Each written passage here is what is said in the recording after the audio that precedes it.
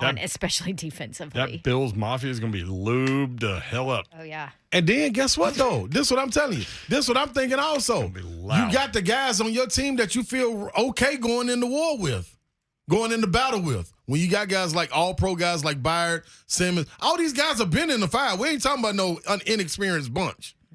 What we need to stop is the offense. That's what I think. Defensively against that defense, I'm cool with. I'm cool with taking us. I'm cool with taking us going toe to toe. We need our defense not to play undisciplined and give up those big chunk plays like you just said. You got that? We all right. Slay, I like your rainbows and butterflies take here on Wednesday. Because Brent ain't with you. He ain't with me. I'm trying to get him now. Nope. I already bet the Titans plus a 10, though. So you're a real one. I'm trying to figure out his Titans Nation 10. out there with us. I just think 10 is a lot of points, especially given the Titans' history of playing well in games like this. And on primetime Monday, like, you can't take that. Man, the whole world watching. You just pooped on the bed. Now you got the whole world watching on Monday night. Man, what? What? I don't know what Big Jeff do when he get down there in this little celebration. Is he grabbing gravel up out the ground? Is he grabbing a tree out the ground and then celebrating? But you be damn well better believe you're going to see a lot of that come Monday night. We're going to continue to break down Titans and Bills. Coach Matt, presented by Farm Bureau Health Plans, will be in studio when we come back. And before we go to break, are you ready for this, Hunk? It is Winning Wednesday with the Nashville Sounds. What are you doing tonight? You don't have plans? Well, here you go. We got you covered. Beat caller number 5 now for your chance to win a pair of tickets. Not your chance. You win the tickets to see the Sounds take on the Jacksonville Jumbo Shrimp tonight at First Horizon Park, 615-737-1045. Good luck.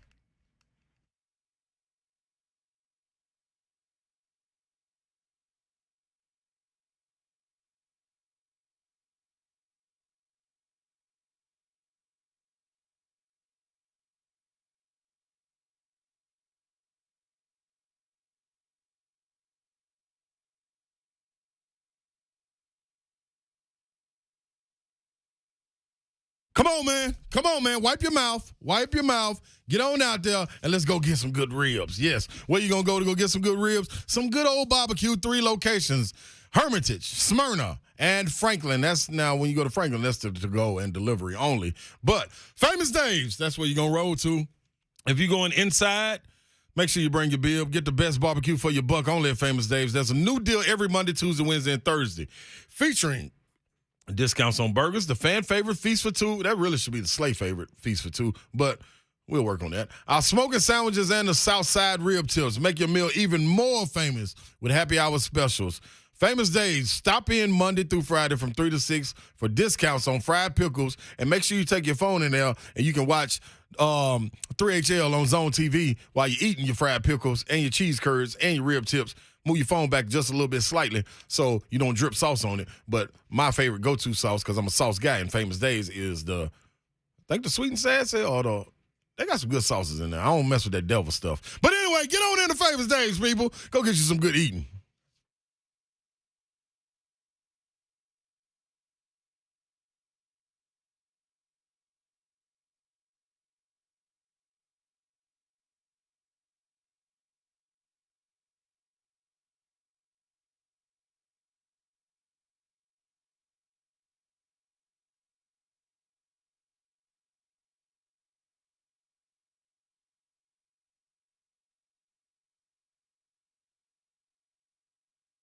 All right, summer is over. You know what that means. Declutter and organize the house. And maybe the kids are back at school. Everybody's back at work now. And you want your house to be organized and beautiful. Maybe you want a new closet.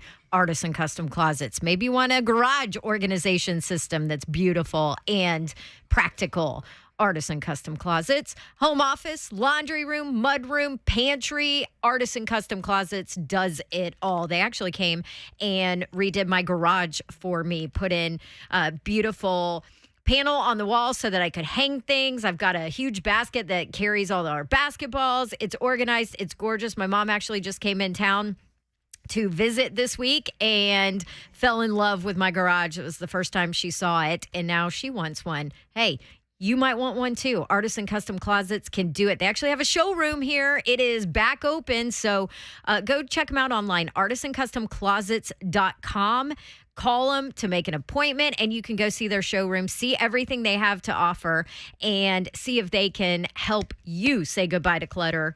Get a free in-home consultation today. And here's the best part. If you tell them you heard about Artisan Custom Closets from me, Dawn, on the Zone, they give you 10% off whatever your project is, no matter how big or small. Don't forget to ask about their financing, 615-800-2199. That's 800-2199, artisancustomclosets.com.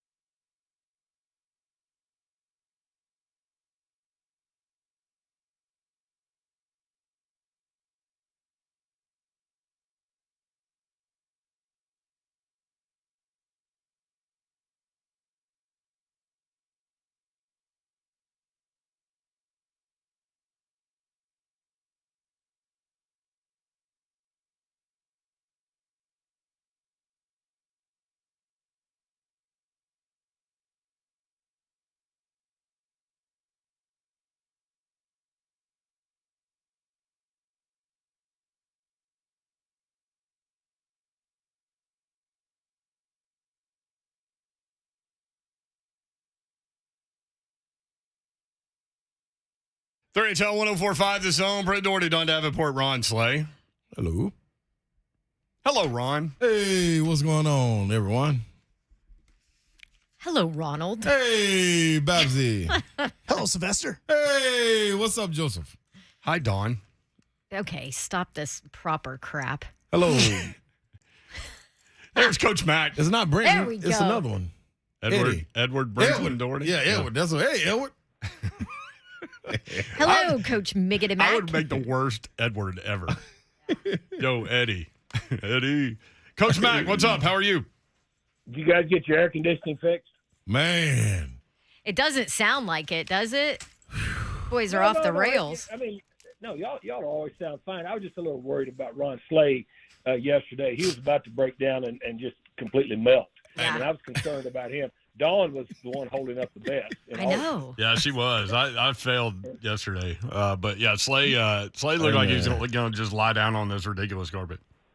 Well, he wasn't happy, but, he got okay at the end. You guys soldiered through just like you always do. I think Rhett, I could be wrong, but I think Rhett took Ron Slade back there. They got a refrigerated room, and he kind of rejuvenated himself. Yeah. He did. I didn't know about this. I know. room. I love how Slay refused to tell anybody about this. No, place. because guess what, man? Listen, hey, he revived me and made me be able to get to the end of the show. And you got to have people like this in your corner, Coach Mac, where you can go back, you can look at the tape, figure out what's wrong, and you can correct it. And if you can't correct it, somebody around you can. And that right there, Coach Mac, is what's going to happen come Monday night in Orchard Park.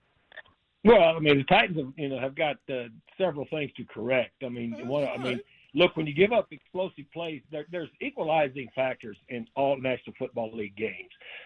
Third down is one of them, okay? Turnovers are the other. And then explosive plays, either for you or against you, are real determining factors because most teams in this league are fairly even. Some may be a little better than others, especially depending on what the health is when you play them. But you can't give up explosive plays. And then you've got to be able to play, the run defense is what we're talking about primarily with what was the problem with the Titans defense. And, those 8 gaps have not changed there since football started. There's 5 offensive linemen and you put somebody else on one edge, that makes the 8th gap. And so you've got to be able to have gap integrity with somebody in it. And then you have to have somebody filling it from the second and the third level. And then if you start playing against what they were playing against a lot of times, is that pin and pull offensive stuff where they start pulling centers and guards and blocking down to the side that they're going to run to. In other words, that's the pin part of it, blocking down and pushing down. Then the behind-the-line people have to replace those gaps because the gaps jump. And then if you're not gap sound with that and you give a back like Saquon Barkley a little bit of air, just like people that play us. If they give a running back just a little bit of air, then you've got problems. And so, you've got to fix that. But it's very identifiable as a coach and as players when they get in that meeting room. It's very identifiable. So it's not like it's any mystery what they have to fix there. Slay's trying to figure out on his whiteboard the 8 gaps. So he's got the 5 offensive linemen, which gives him 7. Put a tight end in there. Yeah, he just did. So there you go. Put a tight end in there, Slay. Thank you, Coach. You played tight end Mac. in high school. He's counting. Thank you, Coach Mac. You my man. See, that's what I'm talking about. Like you just took me to the refrigerator room. He just took you to the whiteboard. Yes, he did. There you go. Well, Literally. Look, it's all. Football is numbers. It's numbers and angles, and you've got to figure out your numbers. And you try to always get a numbers advantage, and you're always trying to get an angle advantage. Somehow, some way, when you look at it, it's numbers and angles, and then. The deal is, if you got dudes that are better numbers and angles, then you got a chance. Walk us through those 2 big chunk plays. The 68-yarder, they had numbers and angles on that play for sure. And then it looked like on the long pass touchdown, it looked like the play was designed to go to one of 4 people on the other side of the field.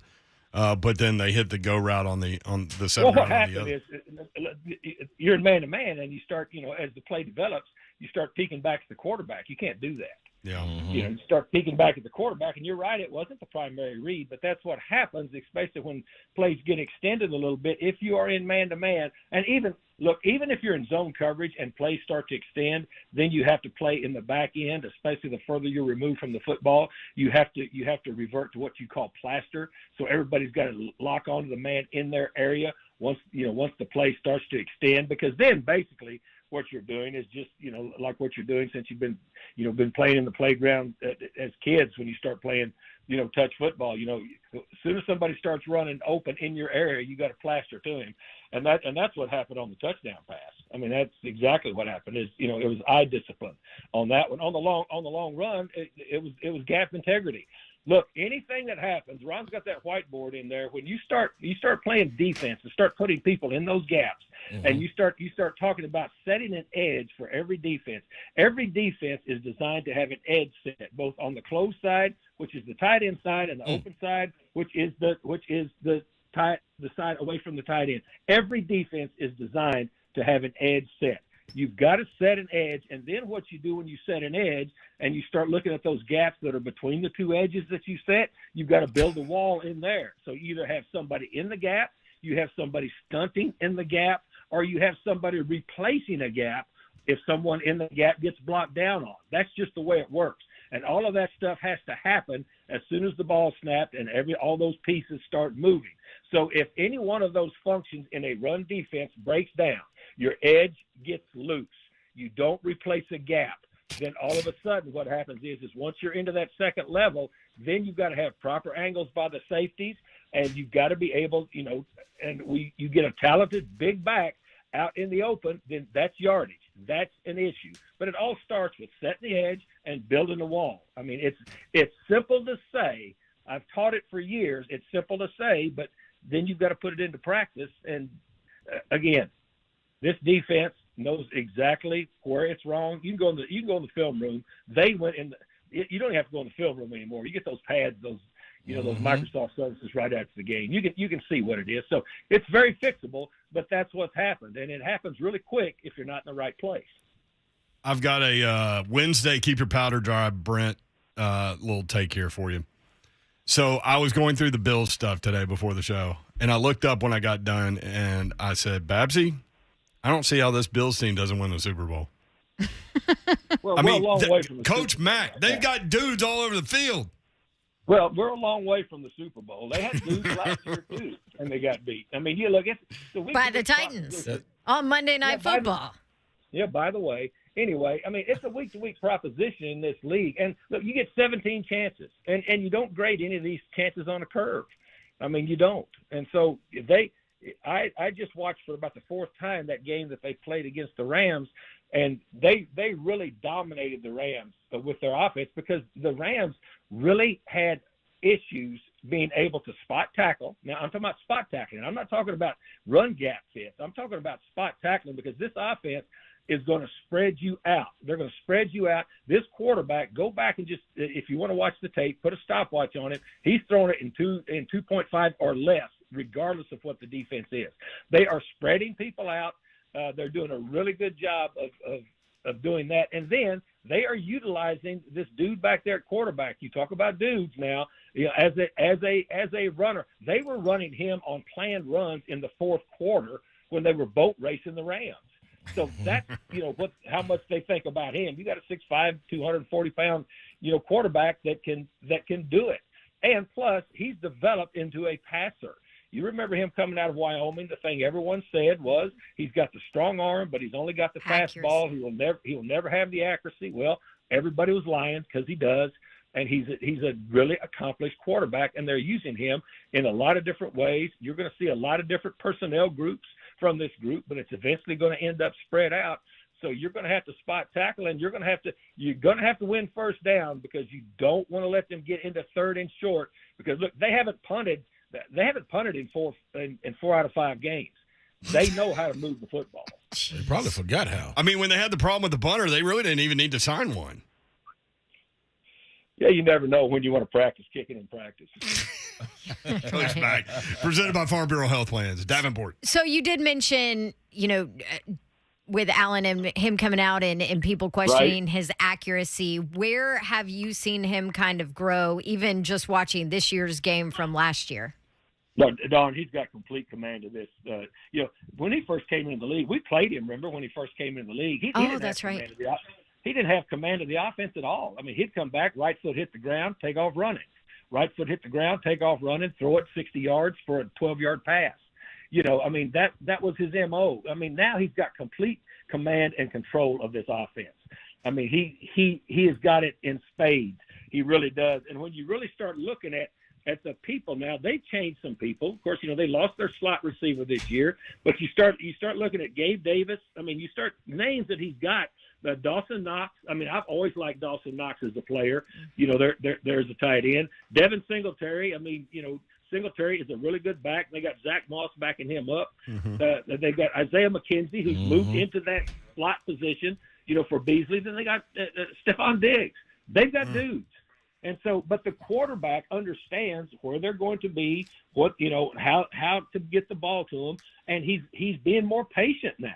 I mean, once a quarterback starts understanding his offense and doesn't just see everything at once and is able to go through it methodically, you can see, I mean, he gets it. He gets what's going on now. I mean, he's had tremendous growth. They've done a tremendous job with him from when he first came in. An immense that was really a great example of an immense raw talent that has worked himself into being a premier quarterback in the National Football League. Not just a premier athlete, but a premier quarterback in the National Football League.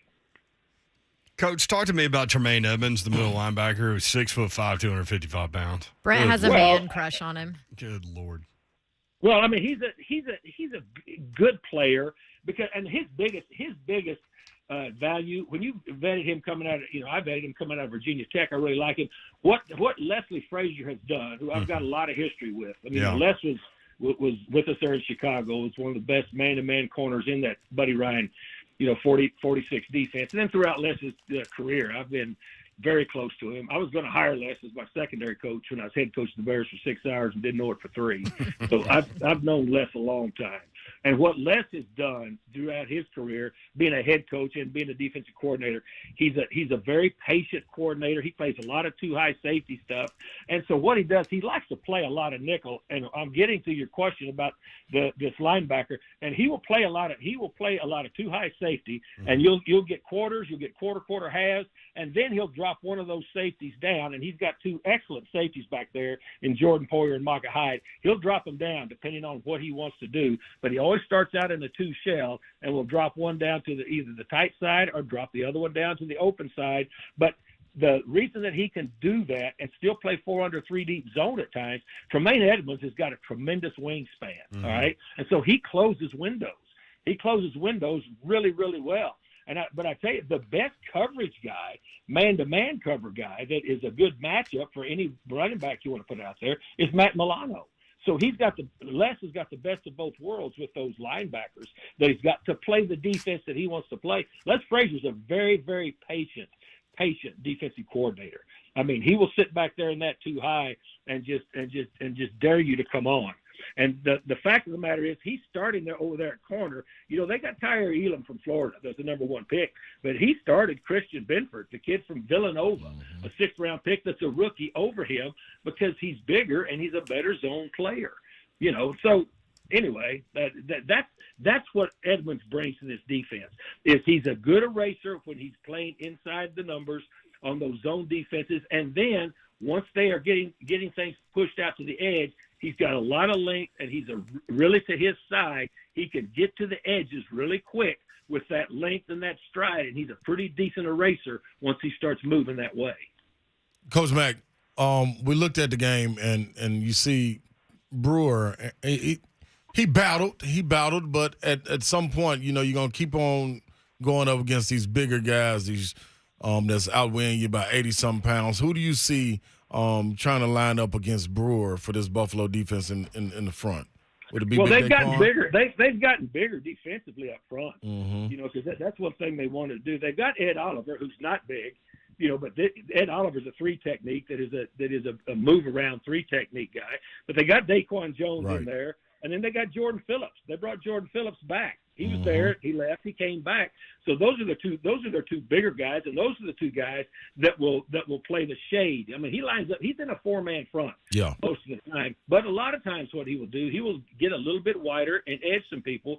But you ask me who their guys are inside. Their inside guys are Ed Oliver, Daquan Jones, Jordan Phillips, and then they've got a guy that rolls in there some, and he rolls his defensive linemen a lot.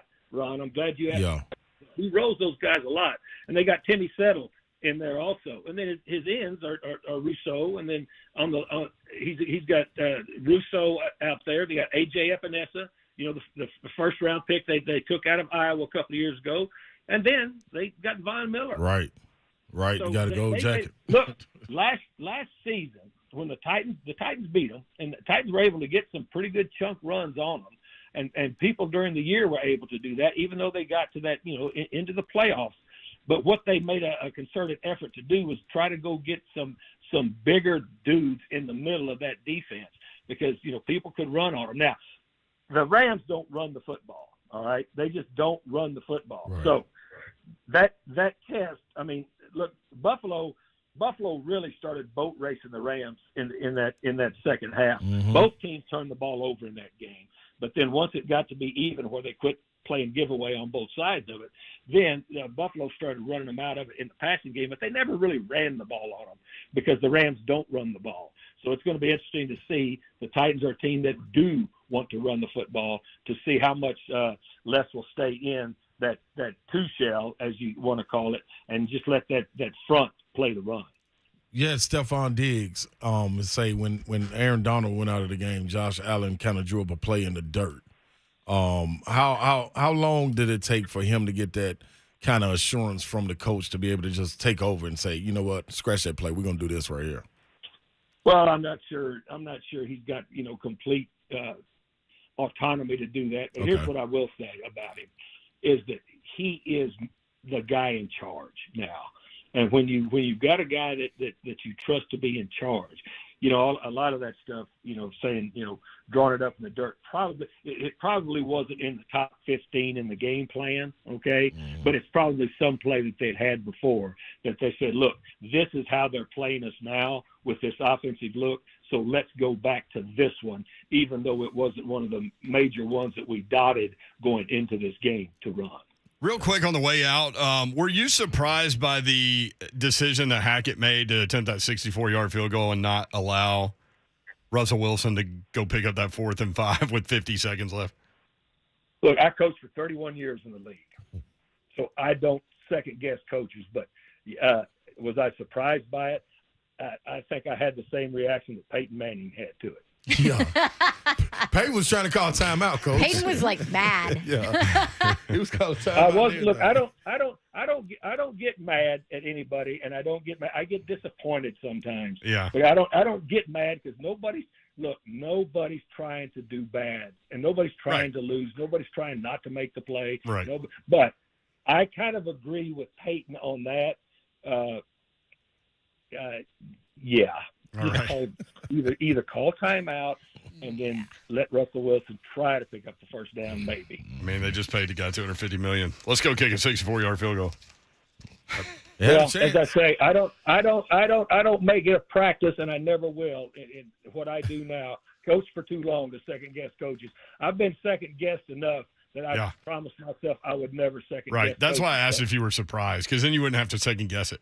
Well, and see, you're a professional, but I told you I probably felt about like Peyton did, and normally I think thinking like Peyton does about football is probably a pretty safe bet. Yeah, that's a good place to start.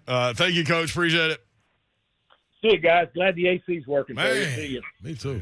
All right, Coach Mack. Presented by Farm Bureau Health Plans. Need great health care coverage with an affordable price tag. Let Farm Bureau Health Plans coach you through it. They've been protecting Tennesseans for 75 years. The head coach of the Broncos said one thing after the game. He said something else today. We've got that for you next on 104.5 The Zone.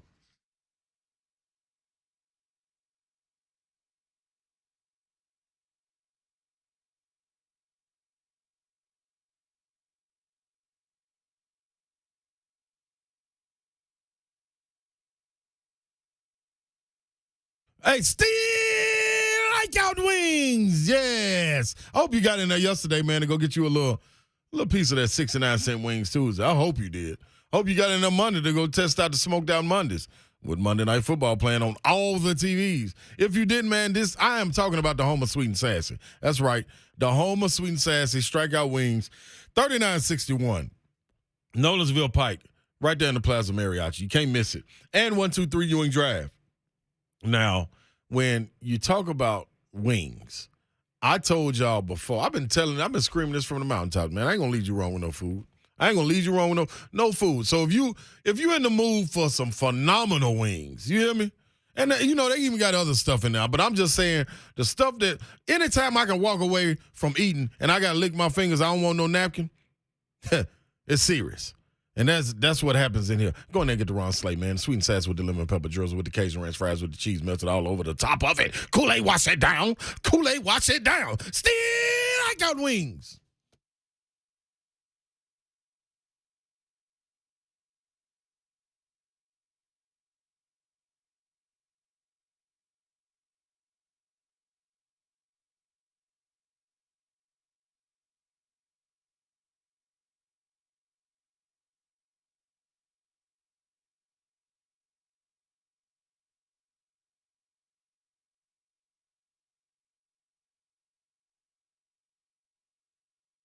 Did you guys know that about 80% of new home buyers don't ever shop around for the best mortgage loan?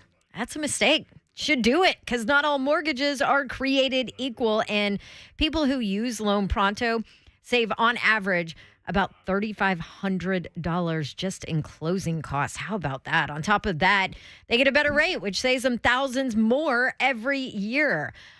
So your banker and maybe your agents go-to lender are great people, but don't just assume they're giving you the best deal. Always go get a second opinion, right? Call Loan Pronto for a quick second opinion. Go to loanpronto.com. You can get it there too as well. I bet they can get you a better loan, a lower rate, and without all those annoying closing costs. When rates drop too, Loan Pronto will refinance you for free. Again, no closing costs. They'll take care of you. They took care of me.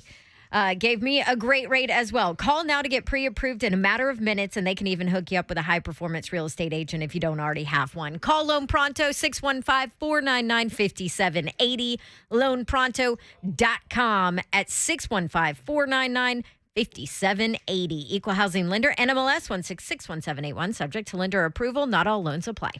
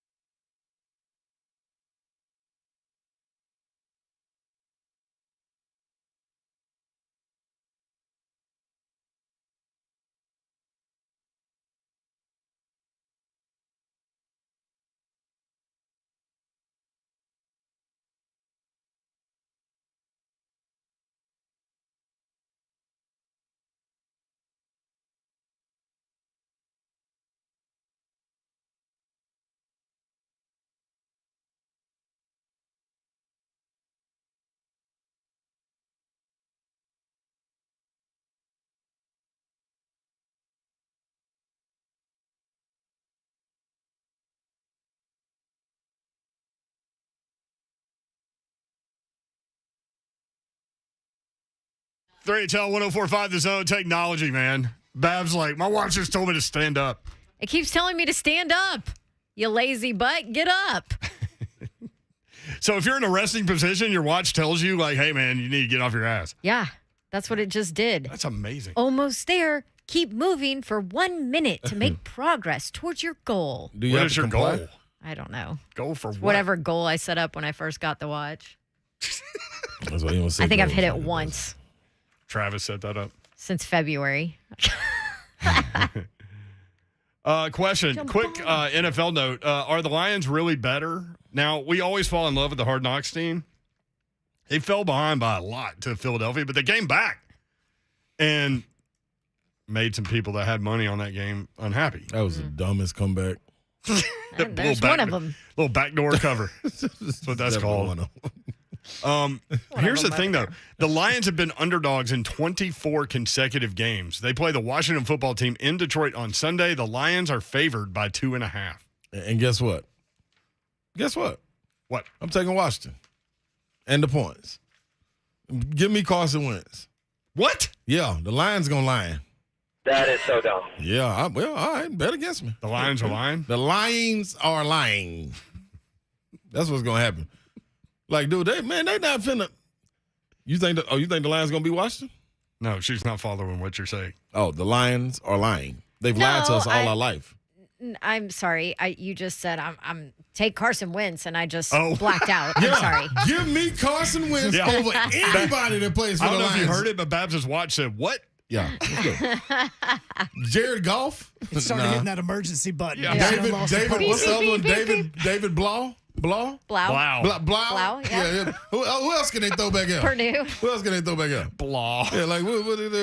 That That's would what be I Blau. felt. Yeah, I wonder if his name was really pronounced Blah, but he had to change it because no one Probably. wants to be called Blah. probably because his play was Blah, which sent him elsewhere. So, new Broncos head coach Nathaniel Hackett has changed his mind about how he handled the end of the game in Denver's loss to Seattle. Instead of using a timeout with about 50 seconds to go, down by, what were they down, 1 or 2? 1. Yeah. 17-16. There you go. They had all 3 timeouts in their pocket. And going for 4th and 5 from the Seahawks 46, he instead let the play clock run down to 1, the game clock to 20, and then he ran his kicker out there after calling timeout to miss a 64-yard field goal. Like, if you were Russ, would you not be like, listen, Oh, well, I said yesterday, Russ and the ownership probably was going to have a conversation with Nathaniel Hackett and be like, hey, man, yeah, from an ownership standpoint, we invested a lot of money in this dude to come in here and win games, not for you to trot out a kicker to try a 70,000-yard field goal. the second longest ever. That dude had not made a field goal farther than 55 yards outside of Denver or in a dome. 64. Well, I don't care, regardless. I don't care if he had made it. You don't No, think that's just- dumb. No, it is dumb. So he doubled down initially on it. Yes, initially he said it was the right call to go for the field goal. Okay. Now you've got Nathaniel Hackett. Here's what he said. You know, looking back at it, we definitely should have gone for it. Just not, one of those things you look back at it and you say, of course we should go for it. We missed the field goal. But No, in that that's situation, not we had why. a plan. That's not what everybody we had a said. plan. We knew that 46 was the mark. We were 3rd and 15, I think, 3rd and 13. 46 is the I'm more mark. upset about that play before it to lose yards, to be able to, getting that there would have definitely been better to be able to call that same play and get extra yards. But he dumps it out to Javonte. Javonte makes a move, goes a lot farther than I think we had anticipated. We were expecting to go for it on 4th down, and then you hit the mark. The mark that we had all set before we started. We said 46 yards. 46-yard line was where we wanted to be, and we got there. So we had to make the decision if we wanted to give it to, Brandon, and we did. And it didn't work. Sucks, but hey, that's part of it. Hey, man, Okay, he's still trying to defend himself. let me tell you something. I'm going to go tell management. Now, I ain't with tattletelling. I'm going to tell management. He keeps saying we set that mark. Hey, we ain't had nothing to do with that. That man himself, the head coach, told them people we get to 46. What? Man, ain't nobody Nobody, kicking from now. nobody in the history of football has set a mark of 46-yard line. Nobody. This is all crap. including us in that. This is an Don't example group us together. of a guy in a position who thinks he can tell you anything and you'll believe it. It's so stupid. What? Here's what this had to have happened. The ownership had to have talked to this dude and be like, hey, man, we paid, just like I said, we paid this guy a lot of money to go out there and win games. Right. Yep. Don't trot out the kicker for a 64-yard field goal. Give me a break on that. We have 50 seconds If we to make- get closer. Come on, dog. So in Come an on, interview, man. in an interview after later off, he said that he went up to the kicker and he did exactly what Vrabel did with Bullock: is what yardage do you need it? What hash mark?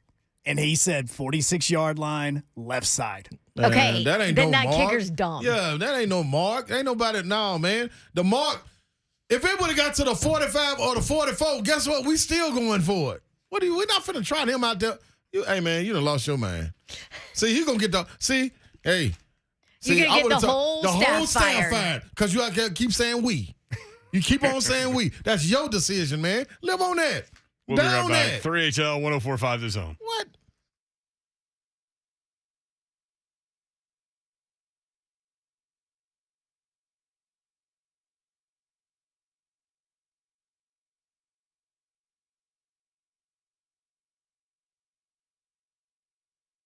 You know, you can't find a whole lot of guarantees in the world today, especially when it comes to the cost of things, and especially when you have to wonder what interest rates and all that are going to be in the future.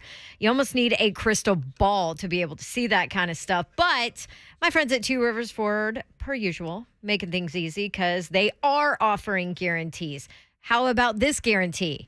Well, great prices, of course, and a locked-in interest rate when you custom order a 2023 model year Ford. So right now, you custom order an F-150, an Explorer, an Expedition, Ranger, Edge, Bronco Sport, Escape, Mustang. They will guarantee 2.9% APR for 60 months for all qualified buyers. Order now, lock in your great rate whenever you start paying, and then, boom, peace of mind. How about it? Yeah, on top of it, Two Rivers Ford will give you $500 bonus cash on top of their already low prices. What will they do next? How about a free oil change? Throw that in as well. Two Rivers Ford always gives a complimentary works package oil change whenever you buy a car. It's like the good old days there at Two Rivers Ford. So go see them out in Mount Juliet and custom order your next Ford from Two Rivers Ford.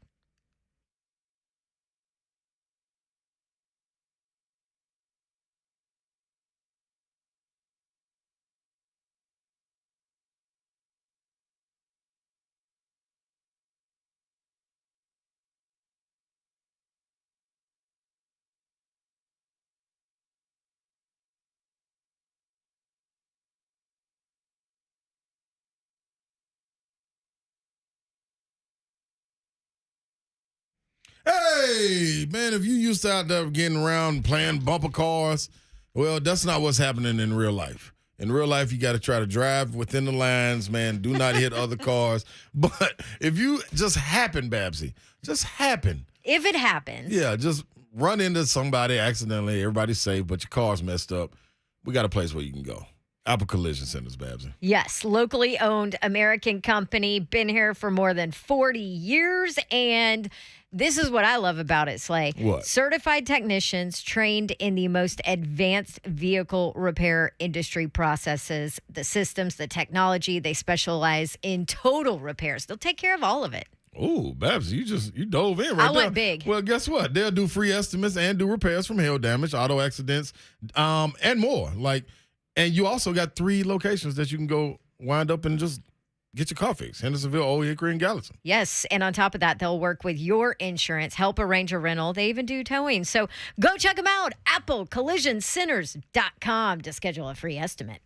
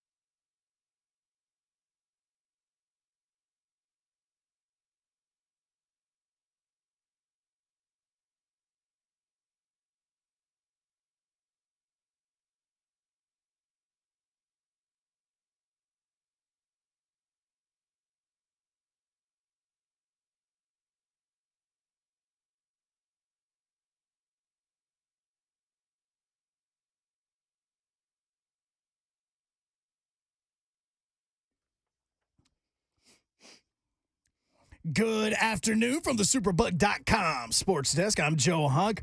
No Titans news right now when it comes to an injury report because the Titans aren't playing until Monday, so their first injury report does not have to be out until tomorrow. But the Britches report is out, and the Titans are going all white Monday night in Buffalo. The SEC announced on Wednesday that they have, quote-unquote, directed both Georgia and Tennessee to postpone the scheduled games that they have with Oklahoma, well, because Oklahoma is coming into the SEC, and even though the first game of the series for both teams would actually happen before Oklahoma is supposed to come in, the second game, the return matchup, will happen when Oklahoma has already joined the conference, so that's the reason for the cancellation. And the Atlanta Braves right now wrapping up their last West Coast trip of the season, currently playing the San Francisco Giants down 2-1. And the Braves are also still down a half game to the Mets in the NL East. For all your foundation repair and waterproofing needs, you need to visit USSTN.com.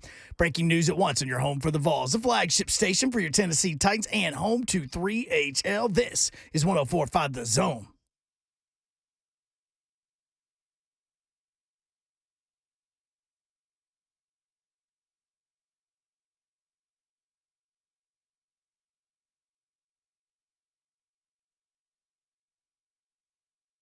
Yo, what up, Nashville? 3HL is on the air. 104.5 The Zone. Coming up this hour, Todd Furman.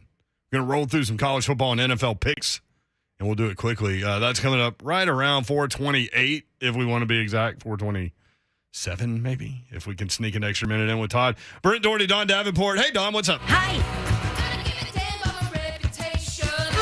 I was talking to Matt Freege the other day, who used to play at Vanderbilt basketball. Freege. You played with him, son. My guy. Tall, could shoot it. Stroke it. He said, man, I love the smell of football season because that means basketball's right around the corner. Is that how that guy over there feels? Yeah. You're wrong. That's This guy- how that guy. This guy loves them both. Oh, yeah, without question. And I'm going to tell you what, man. Ron Slade. That's what Y'all I better always think. buckle I up. know. This car ain't got no roof. It's like coming in the game, slapping hands. Hey, man, I'm going to tell you hands. what. Wasn't nothing like being in football season and you watch you're at the game on Saturday and they always start running a promo probably about 3 weeks Yep. before basketball season start. And we sit up and they never let us preview it. So we getting to see it So with you're everybody seeing it for else. the first time just like Yeah. everybody else in Neyland? Dog, we Yeah. sitting up there smiling like, hell yeah. That had to be It's like on. almost the perfect time of year, right? Outside Yes. of postseason, where it kind of overlaps and Yep. you can go with all the ball people Hey, man. and be there Love it. and still playing games and things like that. And then you also get to kind of set the tone for the day, because a lot of times on them game days you have the open gym where you get into practice and you get into scrimmage. They bring the refs in and it sets you up before We everybody used to go up. always to do the go ball over walk. there and watch y'all Yeah, play, man. and then the Lady Vol started doing Yep, it, they and did now too. like nobody's in there. I Yeah, don't it's think. crazy. That's weird. They got a Pratt Pavilion. They hiding people. They're hiding people. Yep. So, but that was fun, man. I used to love when the fans come to But that's a low key thing that a lot of people know about it, but many don't. That Thompson Bowling is open Yep. before the game. You can go in there and use the bathroom. The kids are down there throwing the football on the basketball floor, and they don't like that. They don't want you to do it. In fact, they don't want me saying it probably, but they get away with it until somebody comes by. Matt Miller, who is a college football player evaluator, we've had him on the show breaking down the NFL draft all the time. We will also have him on Friday at 3:20. Oh, really? Nice. Yes. Look at that. Friday. Look at that. He is at NFL Draft Scout on Twitter, and y'all should follow him. He is on Cedric Tillman. He Is he? tweeted today, I'm becoming a big Cedric Tillman fan. The Tennessee wide receiver has been clutch and has awesome body control and strength at 6'3", 215. Tillman, we talked about this yesterday, already has 15 receptions, 230 yards and a touchdown. On pace for a school record, 98 catches, a school record 1,495 yards and 7 touchdowns. Those numbers would make him second all-time leading wide receiver in Tennessee history behind Joey Kent, and only by like 100 yards. So, if he stays healthy, that record is within reach. That's big JK, time. man. JK's been the all-time leading receiver at wide receiver U for a long time. Holding it down. Oh, sorry, man. JK. I don't mean to call you old. Hell yeah. I mean, we're same age. We were there at the same time. You look the same. You look exactly He the looks same. exactly the same. Yeah. JK, man, holding it down, man. Wide receiver, you exactly. There's a lot of people went through there, man. With speed, hands, like long careers. Hey, JK, way to hold it down, baby. He's got so many highlights, too. But I think Yes. the one that stands out that everybody Tennessee-wise remembers is play number 1 at Alabama. 80 yards. And if you go back and watch it, he and Peyton Manning just kind of look at each other right before the snap. Like they got the coverage that they wanted. And they were excited about it. See? Like, snap the damn ball. Let's go. And there it was. And then Joey Kent outran Fernando Bryant, who played in Murfreesboro in high school. Murfreesboro, Oakland? I think it was Riverdale. I think it was Oakland. I could be wrong. And so he outran him to the end zone. I was in that end zone with a bunch of crazy Tennessee fans. And my guy, Ethan Ritz, was next to me holding a big State of Tennessee flag because his theory was, I'm going to take the State of Tennessee flag on the road. We went to a bunch of road games because television will always, at some point, reestablish with a shot of that coming back from commercial. And it happened every week. Really? Yeah, every week. Genius. E. Ritz. And so we were all jumping around so much that we ended up in various parts of the bleachers in the end zone that were nowhere near our seat. So it actually took a while to get back to your seat and find your seat and everything. But if you go back and watch the highlight, you can see us with the State of Tennessee flag. I'm right there. Hold it down, yo. Here's the call of Joey Kent's touchdown. Hey. This will be Manning. Back to throw. Across the middle. Pass complete. Ball down at the 35, to the 40, to the 45, to the 50, to the 45, to the 40, to the 35, 30, 25, 20, 15, 10, 5. What did he do? All he did was score. Joey Kent. Touchdown on play number 1. If you're a Tennessee fan and you don't get chills listening to John Ward call anything, It was different. be like, there's no air conditioning in the studio. Slay goes to the refrigerated room. Like he could just call that. Yeah. And he'd be like, gosh, Special, man. that's the best Slay went to the refrigerated room call ever. You would have John to love Ward, it. man. And so the Vaughn Network's been putting all these like old John Ward things out on social media, and I click on all of them, and man, some of them I just freaking cry. Full disclosure show, right? It is. Cry. I tell you. What, Babs? Oh, nothing. I was going to go back to Cedric Tillman. Riverdale. Riverdale. Yeah. You do like looking anything for that more. happens to Alabama that's not pro-Alabama, right? Yes. You. Why? What about Cedric Why, Tillman? yes. Oh, I was just I did you guys expected kind of this coming into this year from him though? Yeah, You I know, was surprised. I feel like that- a lot of people did, or at least everybody around here did. I think so. I was Without question. surprised that Pittsburgh didn't roll more coverage toward him.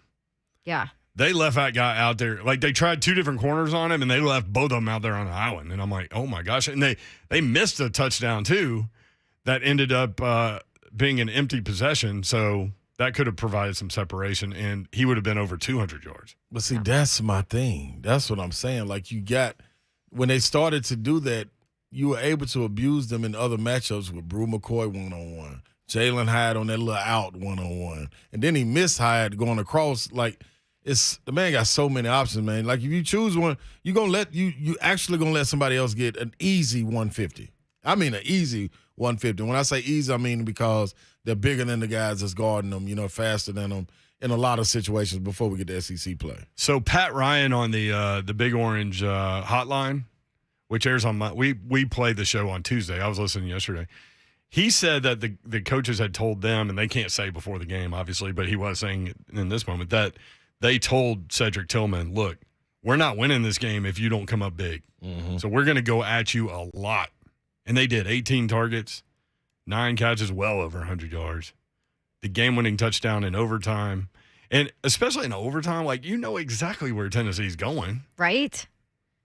And, I remember last year, Cedric talking about his relationship with Hendon, too, like how close they were. I remember before that Kentucky game, they were telling me how they came to Nashville together, did like a road trip together and just to hang out and spend time together and whatever. Those two are super close on top of it and spend a lot of time kind of refining that chemistry.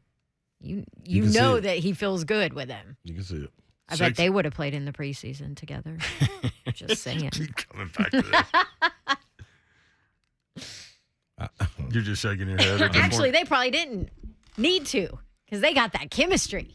See, this is the old. They got why are you that bringing flow. back old stuff? Why you Like, got to bring back old I'm stuff? so glad Coach Mack on Mac Talk yesterday cleared it up. I know he totally took your side. Brandon on Twitter, one of my best memories when I was a kid was going on the floor and shooting hoops with Ron before we went to the Vandy game. It was awesome. Oh, nice. Hey, that's what's up. You remember that? Yeah. Remember shooting hoops with kids all the time. I actually do. Nah, I can't pinpoint the kid. But Well, yeah. I was definitely out there, yeah. Yeah. I love you and all, Slay, but you are old. Like, you know. Wow. I can't pinpoint them. Yeah. You know what I mean? I I'm know not there was one out asking there. you to. Matt on Twitter, I'm not a UT fan. I think Matt's a Kentucky fan. And John Ward is a legend. His give him 6 and it's football time in Tennessee are some of the best ever. The way that he would describe the moment prior to the team running through the tee, Yeah. was a crescendo that led to the explosion that was it's football time in Tennessee with the fireworks going off. And then they would go to break. And, that was just artful. But, a lot of the SEC fans were blessed because all of the schools had like a guy like that, That's what just I'm saying. great storytellers when they were telling you the story, painting the picture in your head because you weren't necessarily watching it on television. I was so engulfed in UT and just in John Ward and him doing it. I never knew other schools had that. Not until I got into this with y'all going into the SEC Media Day and stuff. Yeah. And then, meeting the people, I'm like, oh, man, you in your own right. You your own thing. You got your own legacy. You got all the legend down here doing the same thing. That's cool. But, yeah. Literally, I was in the bubble. Every school had that guy. And they all did it forever. Yeah. No question. But it was an art. And broadcasters now are exceptionally talented too. It's just in a different way. I think it's different. Well, people it was so absorb long. it differently too. Well, right, and it's different when you call a game with the pictures. Right. You know what I mean? You don't have to be as detail oriented. But anyway, that's neither here nor there. That makes radio fun. Yep. All right. Which college football games and NFL games are you into? We'll talk about it and then bring Todd Furman into the mix next. This is 3HL Wednesday edition. We are broadcasting live tomorrow from Buffalo Wild Wings in Mount Juliet. Yeah. Slay and I know we'll be there early eating wings. It's typically what happens. I might. Oh. You never know. So come get some cauliflower. Oh, yeah. You do the cauliflower. I love. I haven't had them in a while. I didn't have them last week. Oh, yeah. Cauliflower wings. Get in my belly. We'll be right back. 3HL 1045 is on.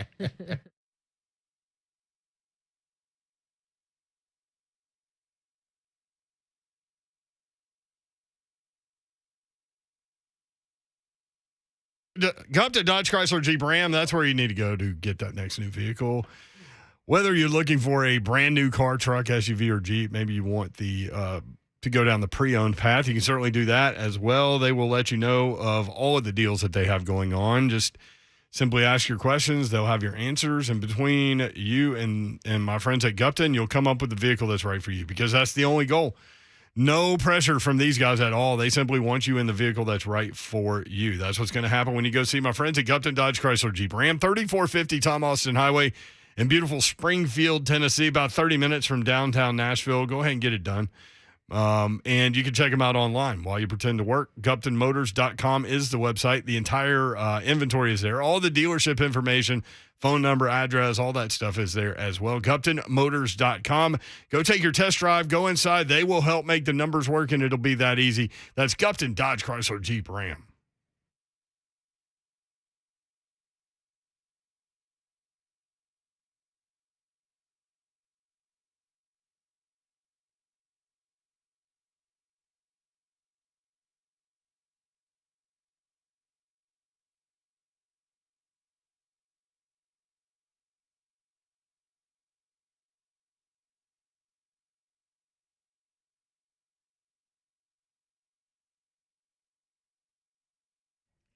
I got a lot of energy. I slept good last night. I'm feeling great.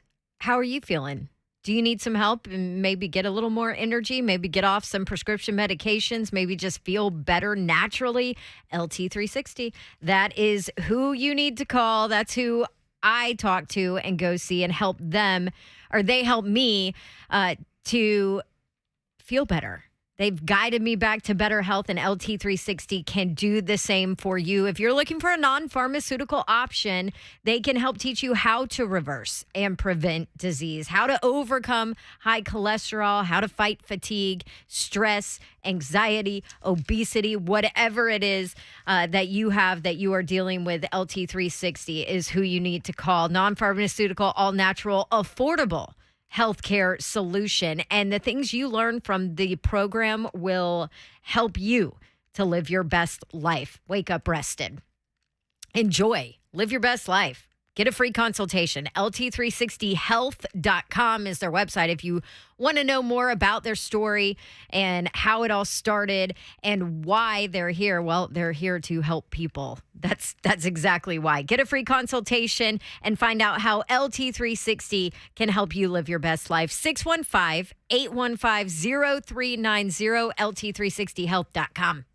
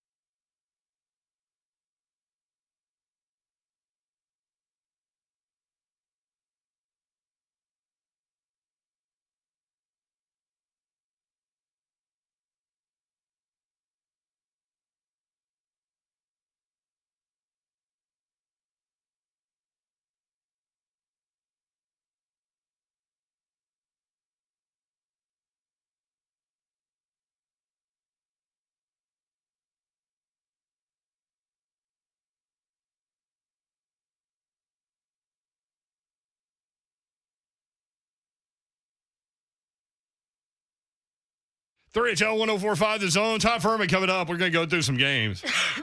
Georgia, South Carolina. Georgia favored by 24.5. Although they haven't covered 3 of the last 4 times, they've been a 20 or more point favorite against South Carolina. That's one little stat. Penn State at Auburn. What's the line? Penn State by 3, I think.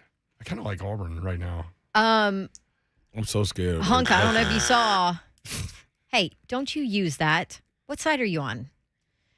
No realist, Don. He's a nega fan. Auburn Instagram just put out a little video of the helmet for this week with the nice little orange face mask. Ooh. Have you like ever those. seen the Pawn Stars thing of, I know you want this, but we're going to give you that?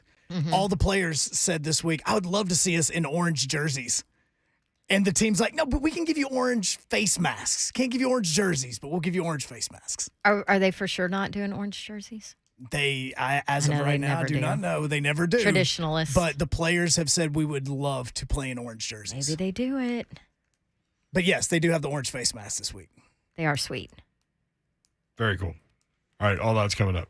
We'll ask Todd about that one. 737-1045. Live underdog. Sure. Mississippi State at LSU, Miami, Texas A&M, Titans, Bills. We got a lot to get to with him. Florida State, Louisville. What's your brother think of that one? I don't know, man. I gotta check with Nardo after tonight. Because Slay's brother, Renardo, played he's not at high on Louisville. Louisville. I know. For some reason, he ain't high on Louisville at all, man. He don't like the quarterback. Who's been there since Lamar Jackson. Exactly. This guy's been there forever. He don't like him at all. But Tyon That's not Evans, a joke either. No. That's true. No, right. No, you're not being You ain't lying. facetious. No, not at all. That's amazing. I've got a, I think this week I've got an 8-year player. Do you? Mm-hmm. COVID, man. From the offensive line for Yeah. Pittsburgh? See, now I didn't play football, but I reached a point at the University of Tennessee where one day I woke up, I started looking around, started thinking about it. Like all the people I started school with were gone. Yeah, it's time I was for like, me to time roll. to get out of here, man. I'm having a ball, but I would have Yeah. stayed forever. I try to go back. Steve by the lake stays by the lake Hey. forever. Steve, what's up, man? Hey, I'm in the building. I'm in the building. I'm in the building. I'm in the building. Car ain't got no roof. Car ain't got no roof. Let's go, Steve. Oh man! What's up, buddy? How was your weekend, man? I had to call when I heard I love you. buffalo cauliflower. When did vegetable become a chicken? You know, it's part of that fake health craze. Mm-hmm. Oh, it's a vegetable, even though you fry it. Remember when Slay first started, he said eggs were poultry? He's still saying now. They are. He still says Yeah, They might be poultry, but they ain't a chicken yet. Because I raised chickens, so I know about chickens. How do you raise chickens by the lake? Do they ever wander into the lake by accident and just drown? Maybe it's a duck. No, I don't raise them here no more. That was back when I had my farm in Ashton City. Oh, okay. Yeah. It's a good place for chickens. I had horses, cows, chickens, pigs. I had it all. Hey, Jay Cutler had a bunch of chickens, but I think they all died. Uh-uh. I love Steve. Yeah, Steve. Oh, Hey, how was your weekend, Steve? You watched some games, man? Oh, man, I've been watching all the daggum games. Okay. My eyes are cross-eyed. It's a good feeling, isn't it? Yeah, I was trying to keep up with all them footballs going everywhere. Yeah, it was live. But baby. I'm just praying that Titans tighten up this weekend, baby. Come on now. Yeah. It was Monday, yeah. Monday night. Yeah, car won't have no roof for sure going up there to Orchard Park. Hey, it won't have no roof here at the lake either, baby. I'm telling you. That's my My guy. TV will be going wide open, and That's my guy. That's what I'm I'll talking be about, Steve. having hot wings. I ain't eating no cauliflower wings or whatever y'all call them things. Ain't no y'all. That's Don Davenport, although Slay kind of likes him, too. They're pretty good. I'm going to be getting buffalo wings, though. I'm out. We craving buffalo Yeah, wings. I gotta have buffalo wings. That's me. I'm a meat lover. All right. All right, Steve. But hey, to each his own. Yeah, without That's question. right. That's right. Yep. All right, Steve. Thank you, buddy. Yeah, hey, have a great day, y'all. You too, my Thanks, brother. Steve. Steve ain't got no roof. Steve's On living his life. bike. Steve's living life, man, by the lake. Yes, he is. He's cross-eyed from all the footballs. Going everywhere. They wasn't running. They was passing a lot. Going to Steve. That's my man. Where's your shirt? Just never stop. Yeah, just never stop balling, baby. That's Slay's shirt. Yeah, that's a Vol for special clarifying. right It's there. a Nike Tennessee shirt. Yeah. Here he is. He's Todd Furman at Todd Furman on Twitter. Todd, what's up? How are you? I'm good, guys. How are you guys doing? Doing well. Let's Not start. just winning, Todd. But go ahead. What's up? Let's start with Auburn. We will start with Auburn. Did a lot of people have the same problem I did? Like, I cashed in on college football, and then the NFL kicked me right square in the ass. I mean, that's generally what happens with the sports books when people gravitate towards betting favorites or the efficient market that is the NFL. Obviously, much slimmer margins for error as we saw a number of games come down to the final 2 minutes. Some that weren't decided from a point spread or total standpoint, but there's no doubt that your margin for error when 2 or 3 plays can decide the outcome of a bet. It makes things a little bit more challenging.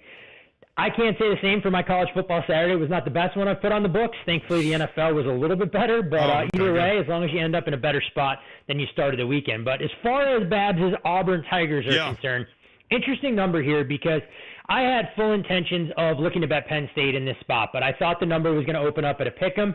At -3, I think it properly reflects where these two teams are. You look at Penn State, they dominated Ohio a week ago, and we saw them take steam in the 48 hours leading up to game day. And what I mean by steam is that professional money came in, driving that price tag upwards of 4 touchdowns. They, of course, cleared that price tag. Meanwhile, Auburn, they looked anything but dynamic moving the football against San Jose State, a workmanlike fashion to try and get that W, but clearly things are going to be much more challenging. With points at a premium here, I think both defenses can dominate, would lean towards Penn State, but I think 3 is an extremely fair opener. Vanderbilt at Northern Illinois. Can Vanderbilt snap back even though they're an underdog to a MAC team?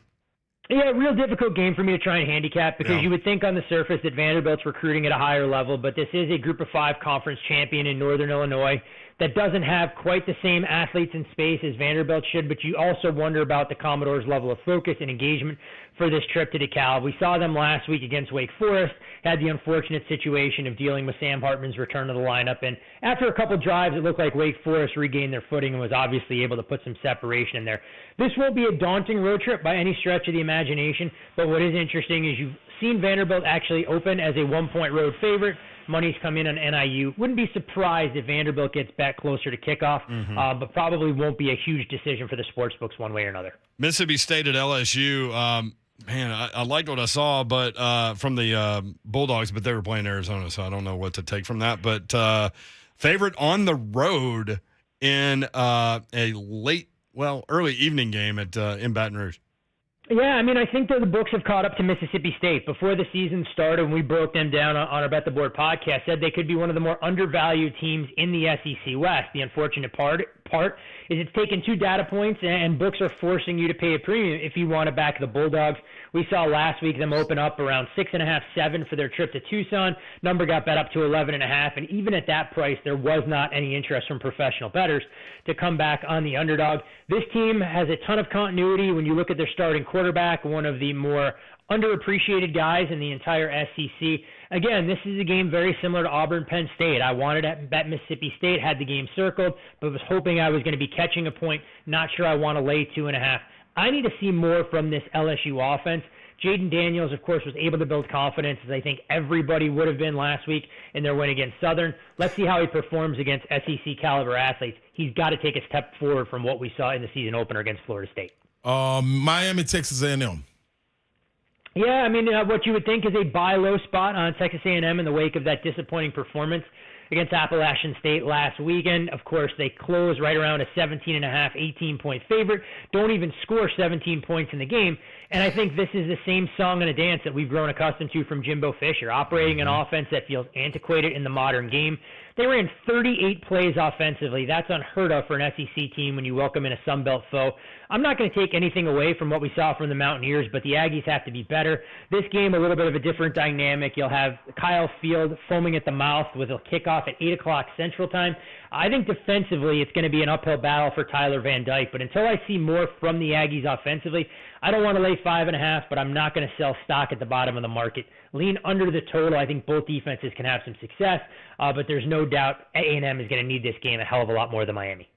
Monster number here. Slay's waiting for it, but Akron at Tennessee, 47.5.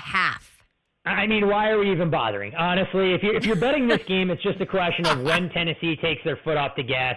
It's not necessarily handicapping or anything along those lines, because we could see them up 45-0 at the break and then decide they want to clear the bench and focus on other more worthwhile pursuits, like what they're going to be doing after the game, more so than scoring 100 points on the Zips. Akron, in my opinion, is a bottom-tier MAC team. They're one of the worst 3 teams that I have power rated in the FBS. I mean, this is a question of what we get from the Vols. If they're apathetic, we could see a result similar to what we saw Georgia do against Samford last week. If they want to pad their stats, they can name the final. Not a game that I would spend more than 5 minutes handicapping, honestly. Well, let's go Michigan State at Washington. Everybody should ask me about Akron, Tennessee. I'm sorry, y'all. Yeah, you're going over the 47.5. I know. Minus 47.5. That's right. That's right. That's right. Handicapping games like that, you could have the dead right side. Akron could gain 31 yards in the first half, and you still aren't going to cover the number. I mean, we saw the same thing with Michigan and Hawaii last week. I mean, Michigan up 42-0 at the break isn't able to cover a massive price tag just because they got disinterested in the second half. They lost 52-0. Yeah, Michigan State. We were talking about the Michigan game last week where they were 51.5-point favorite, and somebody walked up and goes, Slay, do not bet a 51.5-point spread. Yeah, the only thing that can happen is things can go wrong when you're laying that big a number. I mean, you could be comfortably in great shape, and then you suddenly get a scoreless fourth quarter because they're basically letting the equipment manager get touches out there, and that's not what you want when you're trying to cover when it matters most. I started to ask you, Michigan State at Washington. Washington by 3. Did I write that down right? Yep, that is the correct number. Actually, out to 3.5 in a lot of spots. When you look at Washington, we clearly have seen the difference with the adjustment at head coach. Kalen DeBoer stepped in, and this offense looks night and day different. They've already gone over 31 points in each of their 2 games, a feat they only accomplished once last year with John Donovan as their offensive coordinator. Washington leaves a lot, in my opinion, to be desired defensively, but this is a Michigan State offense that I think could have some problems as they're still working through chemistry issues between Peyton Thorne and all the receivers on that roster, not named Jaden Reed. Running back-wise, they've been able to rinse and repeat with Kenneth Walker going to the NFL with 2 transfers in Jalen Berger and Jarek Broussard. At the same time, uncharted territory for Michigan State traveling out to the West Coast. They've only done it 5 times over the last 25 to 30 years. They're already talking about banking sleep or some other sort of biorhythmic nonsense. So anytime that stuff makes its way to the media, I'm always concerned that they're in their own heads. Yes, you're not getting a great value number here, as this one would have had Michigan State a 6.5-point favorite this summer.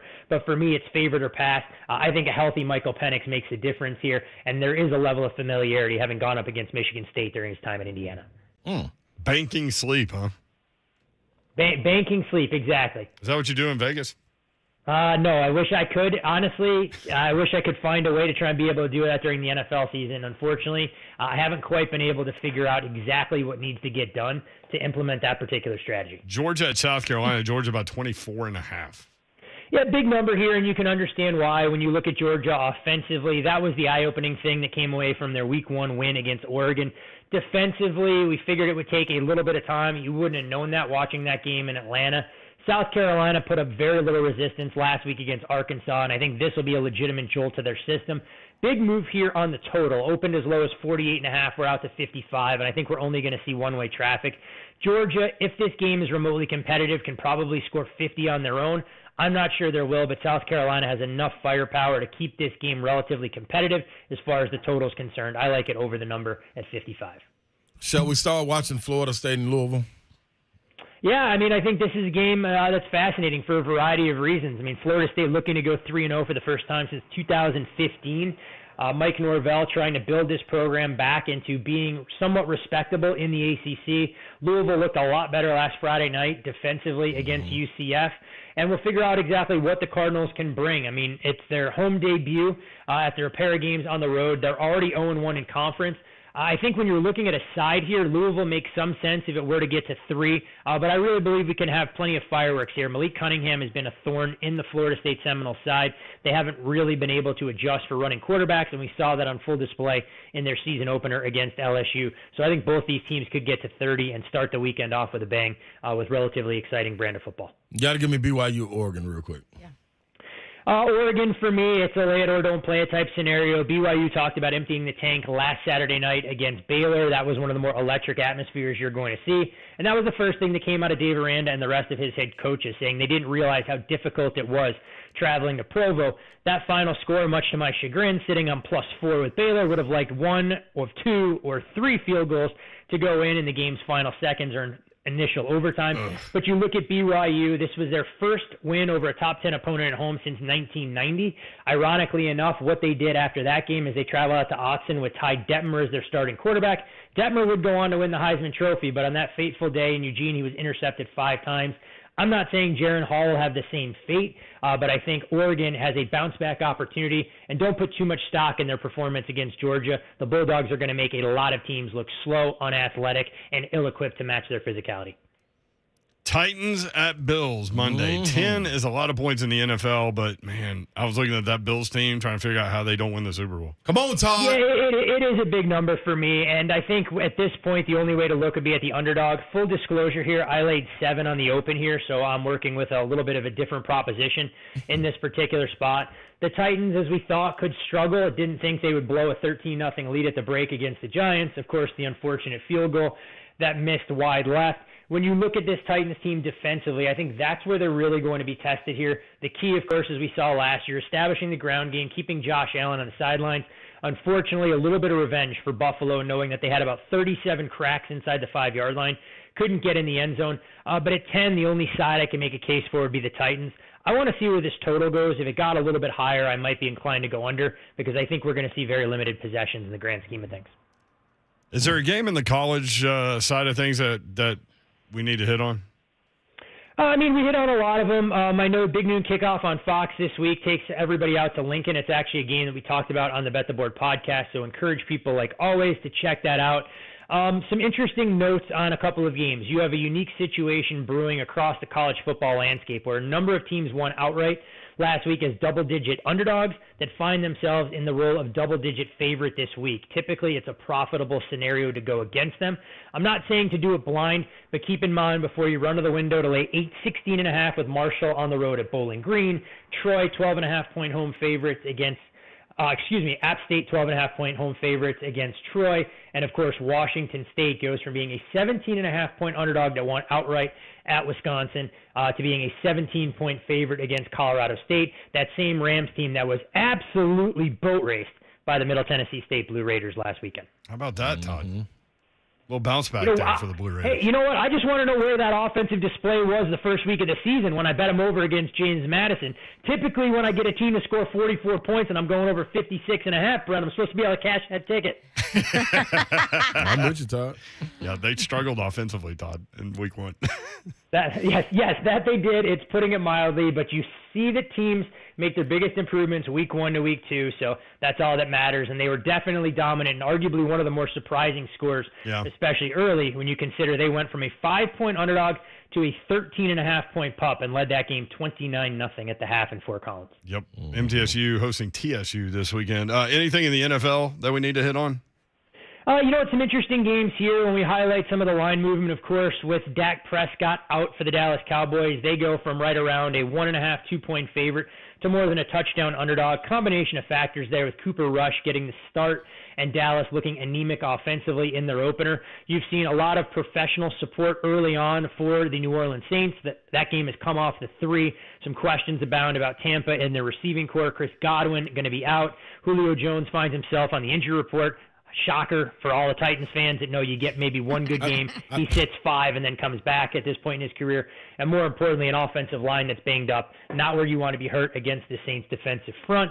And those are, some of the main things. What, interestingly enough, on the other Monday night game, which I think could be the game of the week between the Vikings and Eagles, you've seen great two-way action on this one. The Eagles actually opened a field goal favorite. Minnesota took some money, and then when it got down to that 1.5 range, it was laid back. So all things to file away, not necessarily actionable elements, but always fascinating to see how books overreact or underreact to just one data point after week 1. Bet the Board podcast, Todd and Payne Insider hit on some college football games, and they do the NFL as well on a separate podcast. So thank you, Todd. Appreciate it, man. Yep. It's a pleasure. Hey, one last question for you guys. Is this the one segment during the week where the guest speaks a hell of a lot more than anybody else? I feel like we just get in rapid fire and just want to make sure we cover the basis accordingly for you guys.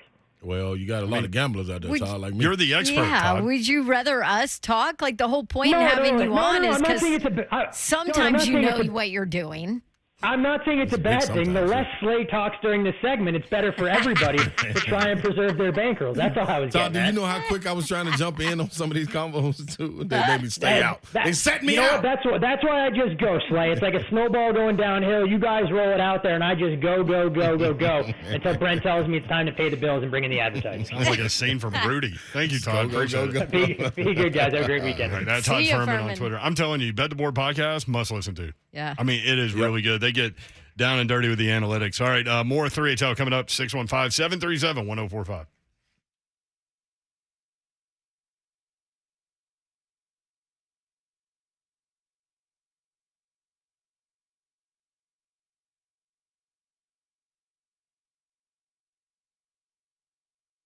Want to tell you about my friends at Accurate Mortgage Group.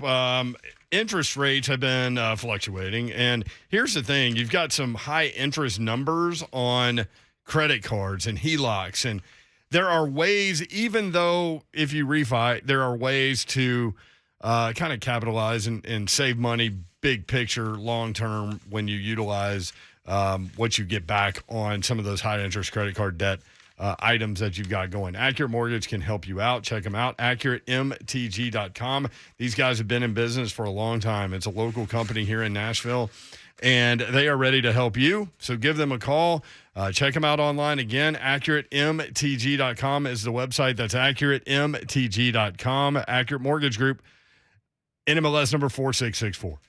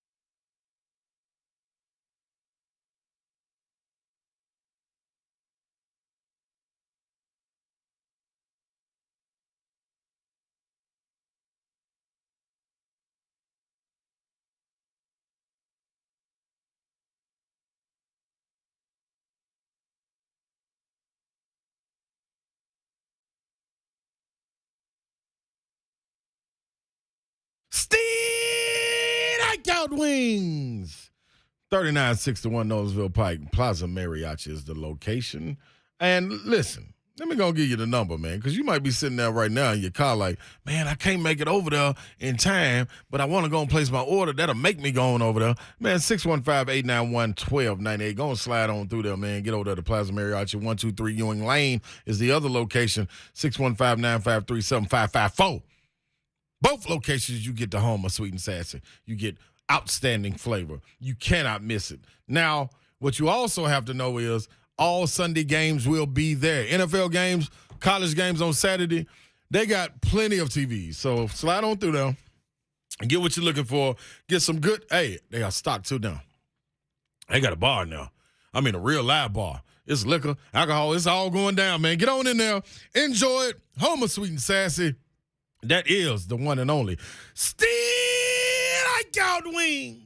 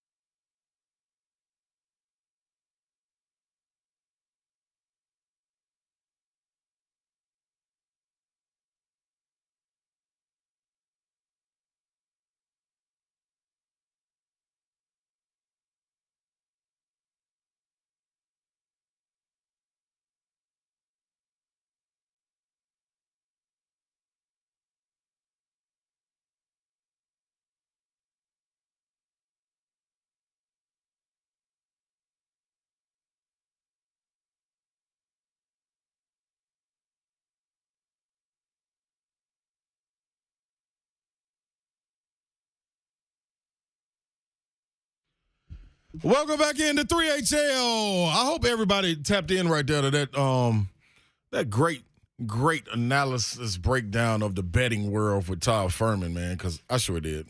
Somebody on his own chat was saying, hey, man, Slay, they trying to get your attention. I'm like, hey, they got my attention because I'm writing down numbers over here that I got to have. He was not paying attention to us. Babsy, let me tell you this, Babsy. A weird flex right now on Twitter. Buffalo Bills tweeted out, I guess to try to sell tickets to the game. We've lost 2 straight games to the Titans.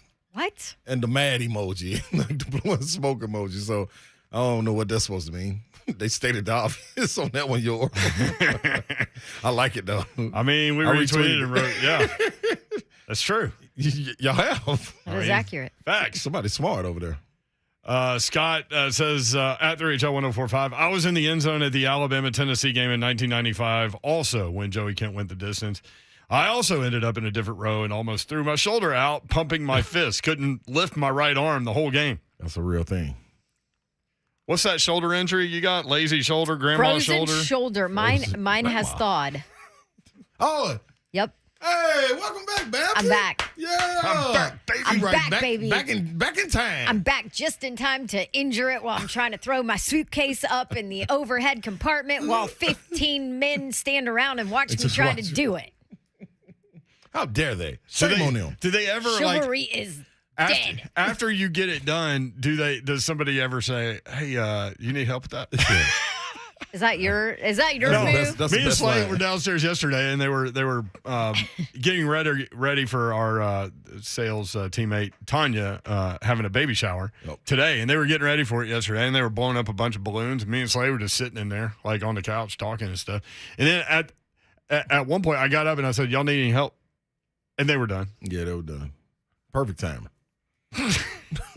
Really wasn't intentional. No, we there for the heavy lifting, like bringing in presents and stuff like that. That's what we do. There you go. Right. You guys took this stuff to the car. Slade brought in a present yesterday for this baby shower, and he lifted it onto his shoulder because it was really big and heavy and kind of bulky and everything. And then he walked through the door, and the present was so far off the ground and close to the ceiling that it hit the exit sign that dropped from the ceiling. Slade. And knocked it on the ground, and it busted into 1,000 pieces. Is that what all that plastic's from? I was wondering what that was. That was me, Babs. I was late to the start of the thing because I was downstairs talking to Allison, our fearless leader, who's in charge of all the radio Did you stations tell here. her? And she knows, but she just randomly told me, I'm going to send Slade the bill. Nah, hey man, listen, see, I ain't gonna never help nobody else. I ain't gonna never help nobody. It could be I ain't gonna say that. I'm gonna help somebody. Well, now you're going to have to help everybody get out of the building if there's an emergency because there's no exit But sign. guess what, though? This is the silliest thing about this building. It's 2 exit signs there. Yeah, back to back. 2 exit signs. Like, duh. We see the door. And it's a glass door. It ain't like you can't see the light shining through. We know where to go. Run to the light. But if somebody comes in with a gun, you got to know where to go. Run to the light. No, you don't want to go towards the light. No, not the spark. You run to the light. Or run to me. I got you. Don't worry about it. Just come That's to me. where I'm I got you. Don't even trip. We're gonna be all right. What do you mean you got us? Yeah, we're gonna make it. Kevin in Hopkinsville. I want to get Kevin in here because he says the Titans are going to win. Is that right, Kevin? That was my guy. Come on, Kev. Correct. And I don't usually pick the Titans to win, but this is one of those games I see the Titans actually winning. I'm going to say probably 28-21. The Bills running backs, I don't think they're going to have more than 50 yards combined. They're not that good. I grew up in Buffalo, the great running backs, Simpson, Thomas, Yes. Joe Cribbs.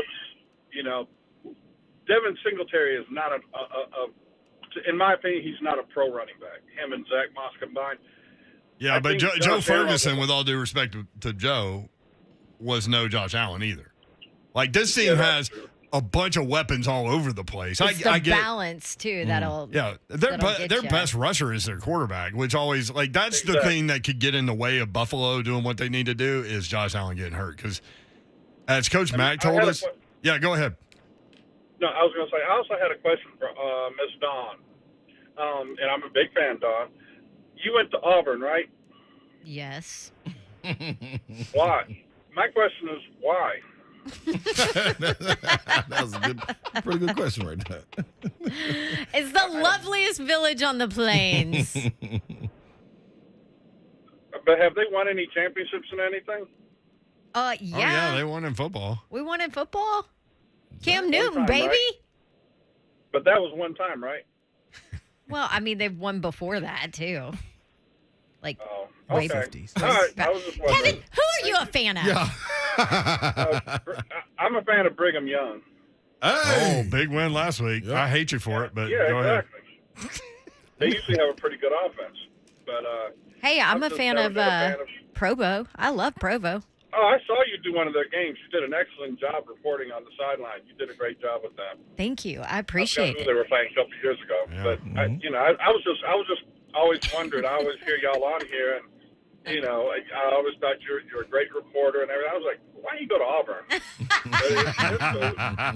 Y'all have a good day. All right, thanks, baby. He's like, has anybody ever actually asked her why? I know. I mean, he just flat out, man. Why? That I mean, was like pretty. You I grew mean, up a that Duke was like basketball a fan. hell so- of a troll job No, right just there. trying to be enlightened. Well, that was a great But it was- opportunity for you to play volleyball. Yes. Well, so mom graduated from Georgia. Dad graduated from Duke. I mean, let's be honest. I was not cut out for Duke academically. I had great grades and I had a great SAT score, but I was not cut out for Duke. Yeah. And then Georgia, I actually didn't like Georgia, honestly. A lot of my friends went there. I didn't That like campus it. is beautiful. It's big. It's Georgia's big. Yeah. And Downtown Athens is awesome. yeah. Awesome. And I could play volleyball at Auburn. That's what there you go. ultimately, All right. not to mention, it's the best place in the entire world. All right. We'll end on that. 5 o'clock hour coming up. 3HL 1045 this song.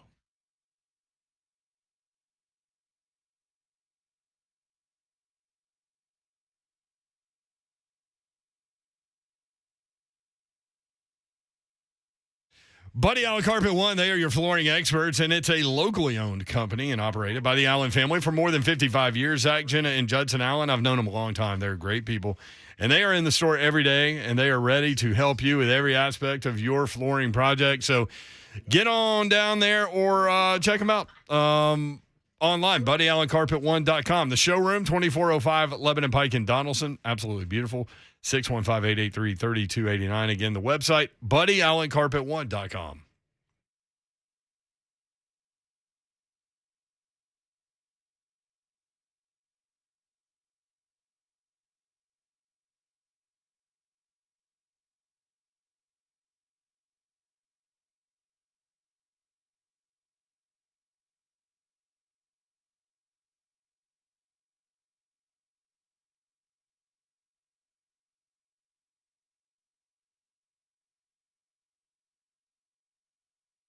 What's up, good people, man? This is Ron Slay, and listen, I'm telling you about Music City Autoplex because I am a customer there. I consider myself family there, so I'm gonna put it to the test. I got to go in there, man, and I'm gonna let you know exactly what happens. I'm gonna get my car taken care of. I know I am, man. I'm having a couple little problems with it, but it's nothing major. I'm just gonna slide in there and see if they can help me. I'm gonna try to dress in a costume and just act like a normal person, like I have no idea what's going on, and see if they'll help me out. You know what the answer's gonna be? Come on in, man. This is the Uncommon Dealership. We're gonna take good care of you. 2430 Gallatin Pike North, 15 minutes from downtown. MusicCityAutoplex.com. They can be reached on your handheld device, and they want your trade-in. They want to give you $500 guaranteed extra for any written trade-in offer. You don't want to miss that. If you're trying to buy a car, this is the place to be. There's no way that their dealership is decreasing any part of the inventory on the lot. They're only increasing. So you need to get on down there and find out what you're looking for. F-150s, SUVs, cars, whatever it is. I'm going to be down there too, man. So slide down there and meet me at Music City Autoplex. Go get your car.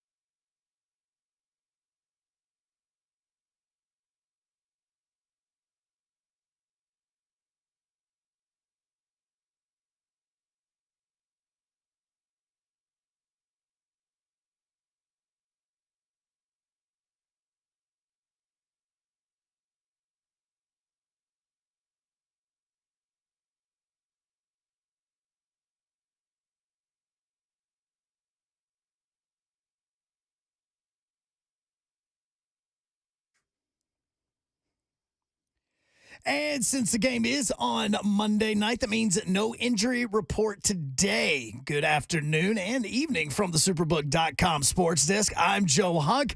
Titans are playing Monday night, so that means that injury report is not going to come out until tomorrow, but the Britches report came out, and get ready. It's my favorite time of the week. Titans are going to be in all white coming up on Monday in Buffalo. The SEC has directed Georgia and Tennessee. Yeah, that home-and-home series that you've got scheduled with Oklahoma coming up, yeah, you just need to go ahead and cancel that. The reason why they want them to cancel it or quote-unquote postpone is mainly because Oklahoma's coming into the conference in a couple of years, supposedly, and they are saying, look, those games are going to be happening anyway, so there's no need for those. The Atlanta Braves right now going into the 9th inning as they wrap up that West Coast trip that they have had. It's the last one of the season, and they're currently losing to the Giants, which means by the time the Mets play tonight, the Braves could be down 1 full game. For all your foundation repair and waterproofing needs, you need to visit USSTN.com. Breaking news at once on your home for the Vols, the flagship station for your Tennessee Titans, and home to 3HL. This is 104.5 The Zone.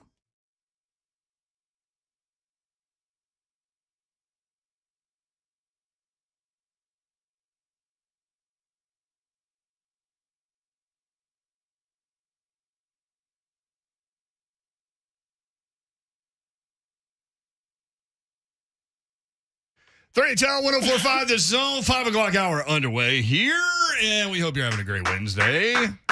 Brent Doherty with you on 104.5 The Zone. Beautiful day in the Music City. Dawn Davenport. Hello. By the way, I don't think I did Auburn justice in the last hour when I was asked, why would you go there? Yeah, you really didn't give a strong answer. But No, I were- was to really be fair, surprised. you were surprised by the nature of the question. Like, Yes. I mean, and it was so nice. Like, yes. I mean, I'm just. Why would you go to Auburn? But he did it in a, very nice way. And he's Yes. a BYU fan, this guy that asked you that. Yes.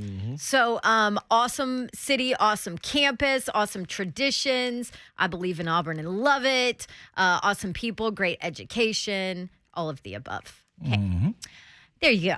There it is. Now that we got that out of the way, Yes. your Auburn people can let you, live. I know. Livin. All right, Matthew McConaughey. Apostrophe. That's Dazed and Confused. Dawn just hit a movie reference. Hey, I accidental. did. Aren't you proud? Happy Hey. Wednesday, people. Guess what I tried to do last night? What? Watch Wildcats. Why would you do that? What do you mean, why would you do that? That is a great film. There's so much going on. Not No, yesterday. no, Tuesday You and don't have- Wednesdays. You Wednesday's my have movie no night. time during football season to watch anything Tuesday, except Wednesday. for ball. Tuesday and Wednesday is my Yeah. movie nights. That's my, companionship night. Peanut butter M&Ms. Yeah, you like it? Yeah, But I didn't get to watch it. Why not? One, it wasn't on Fire Stick. Two, they wanted me to pay $3.99 to watch it. It's worth it. Chris said the same thing. She said, go on and get it. It's worth it. It's worth $9.99. Oh. Wildcats. That's a 10-piece at Strikeout Wings. This is a high school football team. We'll go there. And these kids need leadership and direction.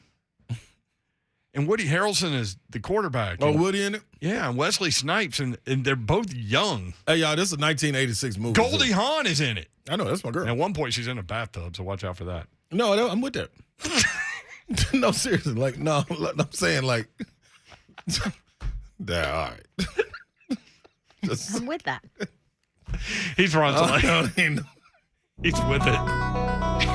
He's with Goldie Hawn. From the Nashville, In the bathroom. Tennessee, at 6'8". Things I didn't think would be said on the show today. I mean it. Like, I don't even know what I was meaning. Right there, bro. Goldie Hawn in a bathtub. You know what I Y'all automatically better went to? buckle up, Like, 'cause this one of my car ain't favorite got movies no is room. Overboard. Oh, yeah. Goldie Hawn and Kurt Russell, who Yeah, never got married. They were with each other forever. See what I'm saying? So that's why I was like, oh, no. Like, I liked it in Overboard. That's one of my favorite. Like, I'm sure this would be a favorite. Whatever that meant. Let's roll. I mean, you literally just stopped us. Let's roll. Their son is Captain America now. Yeah, that's right. 615-737-1045. Joe Hunt producing. Let's get Gator Mike in here. Gator Mike, what's up? Ron, you can't say nothing till Friday, till Trash Talk Friday, all right, about my game. Oh, boy. So I promise you, I was like a dog in the front yard and the white picket fence. I saw your car coming down the street, Gator Mike, and my ears perked up. And when you said that, I went and sat back down on the porch. Ooh, boy. Ooh, I was on my way. I was on my way. Yeah, I'll bring you the bone on Friday then. How about that? Hey, my man. Hey, yeah, I told Joe, I said, at least Anthony Richardson hopefully got his bad game out before Tennessee. That's what I'm hoping. Yeah. Hey, Dawn, I told Joe, surely you've been there. I said the whole reason she went to Auburn because of Charlie Josephs over in LaGrange. Is that right? I have not been there. What? The only reason I went to LaGrange was to watch John Mayer in a high school gym in concert. I just gave away my age, but there was like 30 of us there. That's okay. Hey, Brent, you know what else is the other highlight of LaGrange, Georgia, Brent? Hang on. Before you get to me, I want to point out the fact that Gator Mike has come onto this show and called everyone by their first name. What's wrong with that? Well, when you said Joe, it took me a minute to even think about who you were talking about. I didn't say Joe. You said Joe when you were talking about Hunk. Oh, yeah. Sorry, my bad. I totally forgot about that. And Ron, Joe, and Brent. Ron and Dawn takes me back to the surf shop that we're going to start. I don't know. Right, Anyway, right. Go ahead. So, Brent, what else is very rational about LaGrange, Georgia? I know nothing about LaGrange, Georgia. That Dawn may know this little tidbit. That's where Matt, Billy's brother, is the head coach, LaGrange High School. Matt Driscoll? No, Matt No, Napier. Billy Napier. Oh, Napier. Oh, Yeah. okay. I actually Yeah. didn't know that. Look at you just dropping LaGrange knowledge on us all. That's right. Well, my wife's family used to live there, and Matt's still there, so we get down there quite a bit. And my dad was at Callaway Gardens for 2 years, which is right down the road in Pound Mountain, Georgia. All right. That's a lot there you of go. small town Georgia facts there from Gator I know. Mike. From Florida guy. Yeah. You shouldn't know all that. All right, man. That's right. So, Don, I tell you, though, don't let them dog you about Auburn. One of my favorite games I went to was a Tennessee-Auburn game when Tracy Rocker was still at Auburn. Oh, You yeah. remember that game? Is that 1990 when it ended in a 26-26 tie when Greg Burke missed a field goal? No, I think it was 1988, Brent. Oh, 88. That's when Reggie Cobb got, put in a chalk outline. Yeah, it was great, though. That was a great road trip. It was great, though. Okay. Well, So thank anyway. you, Mike. I appreciate that memory See, of getting blasted by Auburn. And Yeah, that's a good one. That's okay. And Ron, be expecting my call on Friday. I'll let you, come full guns a-blazing, baby. I'm ready for it. I'll be patient. My man. It's much respect. All right. Y'all take care. See you, buddy. But when you said Gator Mike, boy, I was, That was a really weird phone call by Gator Mike. Gator Mike gave us a lot of information right there. That none of us knew. Yeah, and Or cared about. that's what I was going to, I didn't store none of that because I was solely. Oh, I did. No, I knew. He knew what I was looking for. He know what I was looking for. So I'll wait till Friday. I will wait. You just lit up when I said Gator Mike. Boy, He couldn't talk smack after that. Oh, no. No. He had to wait. He has to wait. 615-737-1045. Sam in the borough. Sam, what's up? Hey, how's it going? Hey, we're good. So I'm lived in Murfreesboro my whole life, and I saw earlier that MTSU has extended Rick Stockstill to the year 2028. Yep. And he is 102-99, has 3 bowl wins, and hasn't had a 10-win season since 2009, 2010. And I just don't get it. Honestly, I just really don't. I think it's time to move on. The school has got so much potential that he's kind of wasting. And that's all I wanted to say. Y'all have a good day. Thank you, man.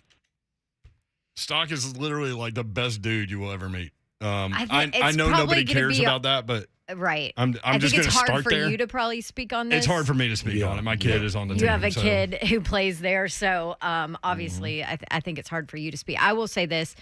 I think obviously in different places there's more of an emphasis on winning and winning a lot of games and winning big. And I know that Rick Stockstill, they have a tendency to always beat a team they shouldn't have. Very true. Every single year. I understand what you're saying, but he also graduates players. He develops kids. He's put kids in the NFL. Big time on relationships with them, too. Big time on relationships and kind of growing kids into men. All of that is true. That matters as well. It matters to me. No, I mean, it matters when you're talking about a smaller school, too. And before you go, Yor, I think it matters across the landscape for MTSU athletics as well, because you look at the same thing with Coach Ensel. It's the exact same thing in women's basketball. Men's basketball, they took a turn. They would have loved to keep Kermit there. They tried to go uphill with that. But it's something to be said about being able to stand their firm and be able to have consistency, even winning or losing. If you're churning out good people, I don't think they want to. I don't think they want to turn that in order for. You don't want to change that and lose what you got. Yeah, they started slowly last year. Got that makes hot, sense. Went to the Bahamas Bowl. That's what I was going to say. They're also consistently a bowl team. Yeah, you gotta be careful about trading something in and thinking you bringing something else, and then you go on a downward spiral, and then you got to reset. And if you're gonna get rid of a guy, and nowadays coaches have to have extensions so that players go there, and because if they're going there because they love the coach and whatever else, then they have to know that coach is going to be there. So a lot of times you're like, I can't believe they gave this guy an extension, but sometimes they have to do that. Otherwise, your coach is a sitting duck. You're putting him in a terrible position when it comes to recruiting, especially nowadays with the transfer portal and all of that. But they consistently are at least a bowl team going to a bowl game, and like Slay said, you also have to make sure, okay, if you are going to move on from Stockstill, who are you going to get that's better? What are you moving on to? Mm-hmm. Well, and fans, fans want to win. So absolutely, the MTSU fan base wants 10 wins and all of those things. Yeah. But you're right, it's hard for me because I got a kid on the team. But that also has allowed me access, and I've known Stock a long time. You have too. Yeah. That's allowed me access to see how he coaches those kids, and it's amazing what that staff does. So look at his relationship with Kevin Byard. Mm-hmm. I mean, you see it right there because Byard puts it out there. Kevin Byard is going to get his jersey retired on September 30th, which is a Friday game for MTSU, and 3HL will be broadcasting live from MTSU that'll be fun. Day. So we'll have fun there. Appreciate the phone call. There are all kinds of opinions about that. I think it can go both ways. Mm-hmm. If he coaches through that contract, he'll be 71. Man, I don't know if he'll. He's like 30. I'd be surprised if he coaches through that contract. He's like 30 though mentally. Like, you know what I mean? Like, yeah. Anyway, all right. Back with more college and NFL talk next. 3HL 104.5 The Zone.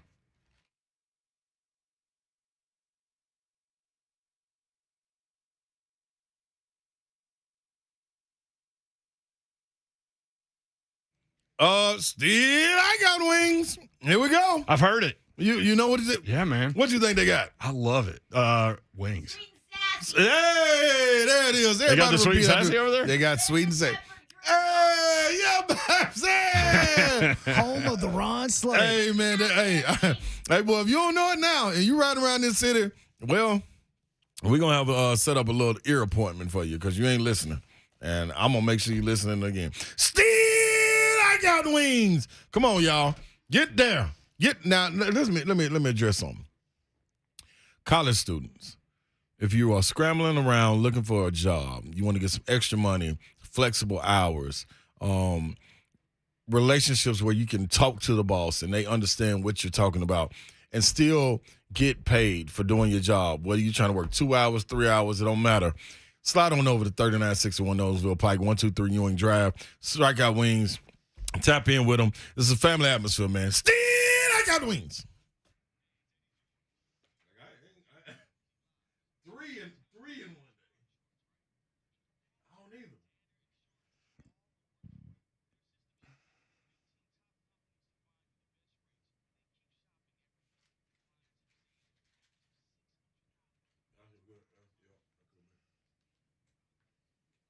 we're doing it tomorrow. We're going to record it. The MTSU fan base is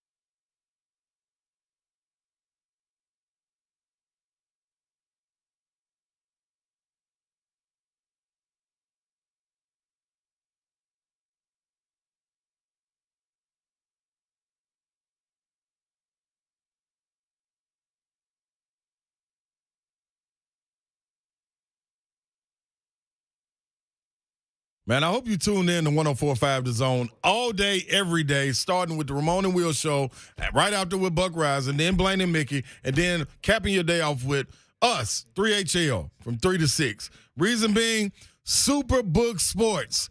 We are wrapping it up, people. Now, if you're watching on Zone TV, you see me when we get people on, and I'm writing down. I got a lot of homework to do, man, to try to get these bets together and get them right.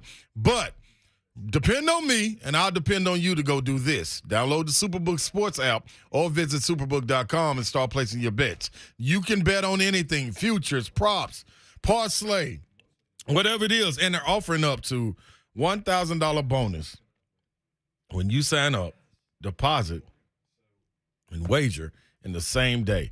If you get that done, you can match it. Now, I hit on the Monday Night Football.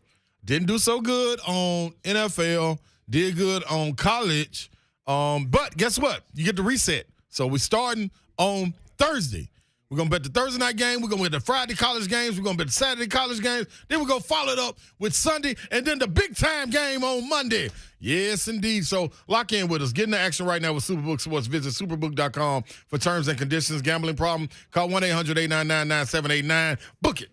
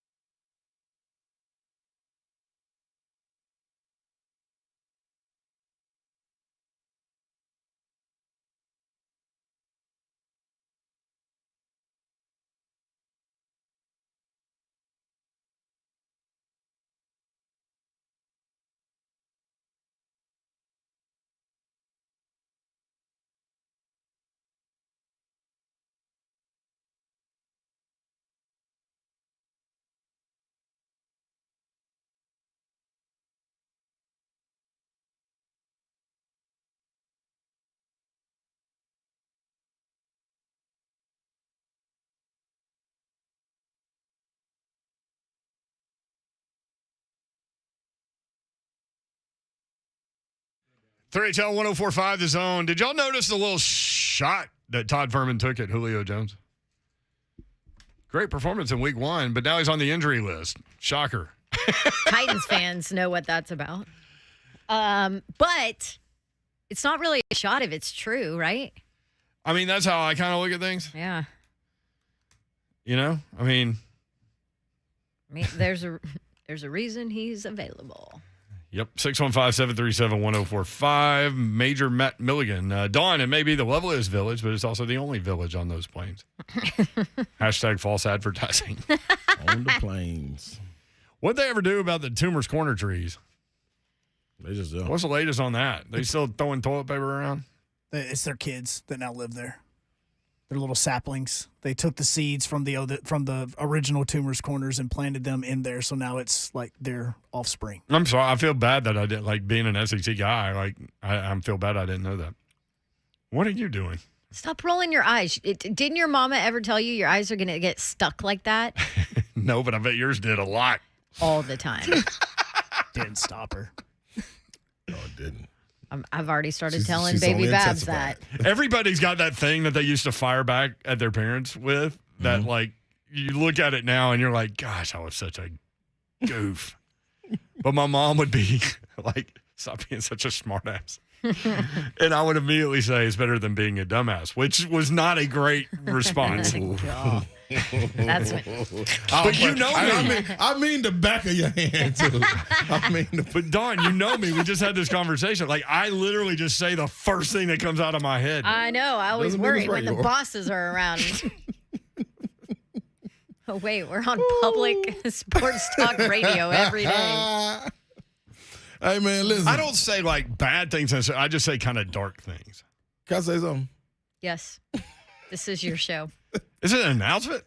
No, this ain't no announcement. This is an acknowledgement. Okay. It's nothing like, and listen, I'm telling y'all right now, I had a wonderful childhood growing up. You know what I mean? I was good. You're from everywhere. I just want to say this, though.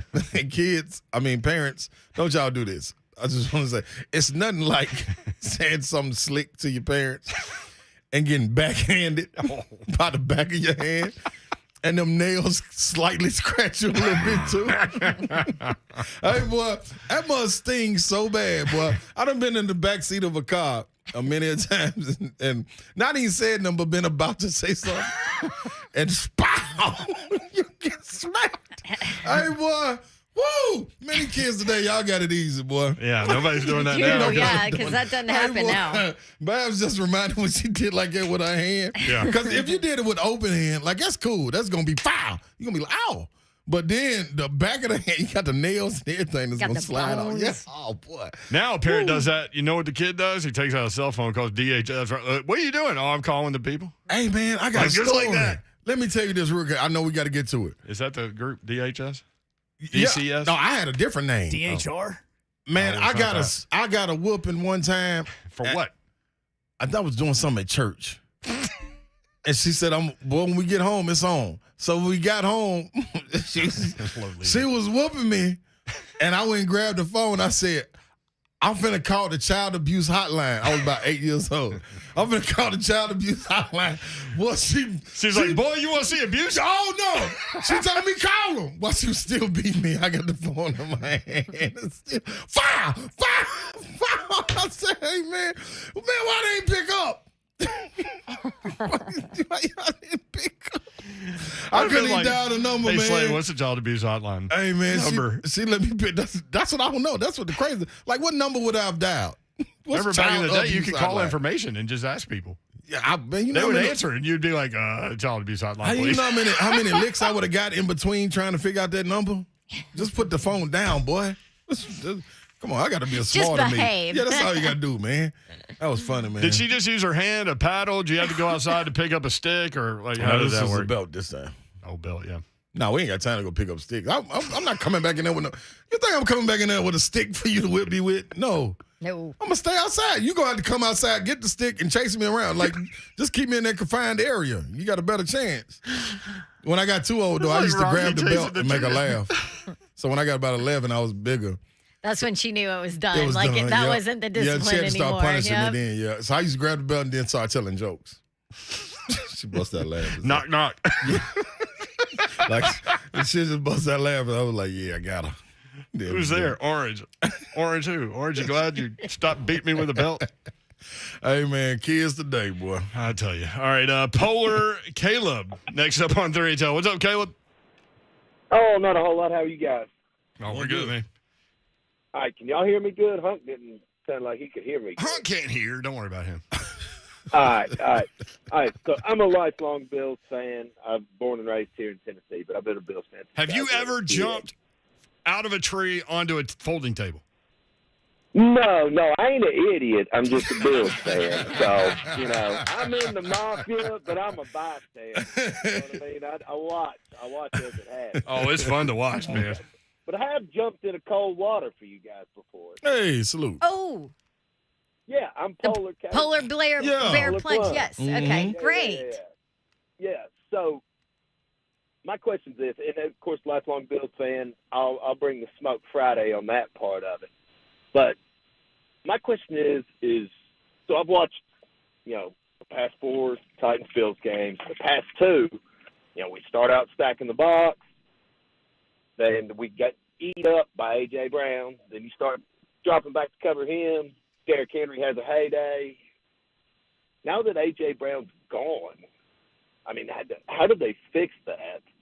And then I guess my biggest question is I don't understand why they let him go. Because to me, A.J. had a lot to do with some of them rushing titles because he took those people with him. You couldn't stack the box. You would just get destroyed. Yeah, I mean, Well, they just made So a was it financial a cap decision. issue? Yeah, they just made a financial decision to not drop that kind of budget into that one specific position. That was just their decision to do that. Yes, and also, I think part of it was this too. They didn't let him go. Right. I feel like they felt like they were pushed into a corner, and this is just my opinion, but they felt like they were kind of trying to be pushed into a corner. There were, I believe, kind of veiled threats not from AJ, but this is all his agent's dealings and what his agent was doing, but kind of those veiled threats of him not showing up for camp until he got the contract he wanted or the extension he wanted and the money that he wanted, and they just weren't willing to go that high for him. And I don't blame them because yeah, you see what AJ Brown's doing or did last 10 for week. 155. Right, but when you look at the overall production and the games he missed because of injury and all of that and the big picture of comparing him to the other wide receivers who were making the kind of money that he wanted to be making, I don't think as a business person you could justify making that decision. And at the end of the day, you cannot pay everyone. Right. Yeah. And you that's just can't. That's a great take, and I think you're on point with all of that. And because you say that doesn't mean that, because I agree with you. So that doesn't mean that we don't think that A.J. Brown is a hell of a player. He is. Yes. I think there's also concern potentially about some knee issues that maybe gave him some concern. Future injury. But yeah, they wanted him back on the team. problems. Slay. Just I'm not for that number. Right. I'm going to go Southern here. Are you still pining for A.J. Brown? No. Because of what you guys just said. The availability when you get paid that amount of money, you've got to be there. Like you get paid that because we are able to rely on you. You are a cornerstone of this franchise. Every single game, you're healthy. It ain't no question. Let us deal with you as far as sitting you out of practice for time to manage injuries and maintenance and things of that nature, like they do Derrick Henry. Let us do that. Let us make that decision. Not you gotta be out. You know what I'm saying? So without question, man, I got a partner in Philly, man, that is a hell of an Eagles fan. Like, I'm on a group chat with them all the time. They up, man, thank you, Slay. I say, hey, man, that's cool. I ain't say he wasn't going to produce. I said he's just not going to be available for y'all when y'all really need him. So that's what I want to say. And I hope he is. But history shows that he's not. And the same thing, we had a couple callers call on Monday and was saying, like, man, did y'all see what Julio did? Man, we would have loved. and you see where Julio is this week. That's the whole problem. It's not they can't produce when they on the field. It's about when can they be on the field. That's the biggest thing, health. And like I said, this franchise and Mike Vrabel and John Robinson, there's a culture here. Yeah. There's a culture that has been established. It's why your veteran players love coming into this franchise because of what Mike Vrabel expects from you. And they don't deal well with A, distractions, and B, with non-locker room guys. And I am not saying that A.J. Brown is a non-locker room guy, but what I am saying is possibly his agent in his negotiations and dealing with his client's stuff, it certainly came off as a little worrisome. Look at Big Jeff. Look at how he's handling wanting a new contract. And you kept saying this. Look at how Harold Landry did it. Right. You said it over and over, even when it was funny when AJ was doing it, when he was, courting Julio to come here and everything. And then when it shifted, all the time, the first thing you said, I was like, come on, Babs. You like, hey, man, I'm telling you, they don't like that over there in that locker room. That management does not like them being on social media that much. But it was funny. Then it shifted. All of a sudden, we get a soundbite with him and Deebo Samuel, and it's really like, wait a minute. So this is what you're talking about. So, yeah. I'm with you, Slay. I mean, he's gone. Yeah, I like the man. It's over. Yeah, good. I hope he has great success. Yeah, and he's a dog. He's a dog. Yeah. But he ain't out there. Could the Titans use him right now? Hell yes. Yeah, no question. Do you think Ryan Tannehill isn't like, man, I miss you? 100%. Tommy on YouTube completely disagree. This is our problem. We do not pay our players. Now, That is That's not false. it's not true. That's They false. made That is Kevin. not true. Hang on. They made Kevin Byard the highest paid safety in the moment. They made Taylor Lewan the highest paid left tackle in the moment. Ryan Tannehill has the highest cap hit of any quarterback in the NFL right now. They redid Derrick Henry. They paid Harold Landry. Harold Landry. That whole notion that the Titans franchise does not pay It's their wrong. players That was the is past. wrong. That was in the was the past, past. and it is wrong. Now, you might want to make the argument that they pay the wrong players. That could Maybe be true, You yes. can absolutely make that argument, but you can't sit here and say, oh, the Titans do not pay their players. That is not true anymore. By the way, at Brett Kern 6 on Instagram was out punting today. A little flex by Brett here. Too nice of a day not to hit some, and somebody else actually posted it and put it out there, and he hits this bomb way up in the air, and it hits the sideline, the green and the white, inside the 10, and goes out of bounds. Accuracy, boy. Oh, Little flex there by Kern. Love it. 615-737-1045. More of your phone calls when we come back. This is 3HL 1045 The Zone.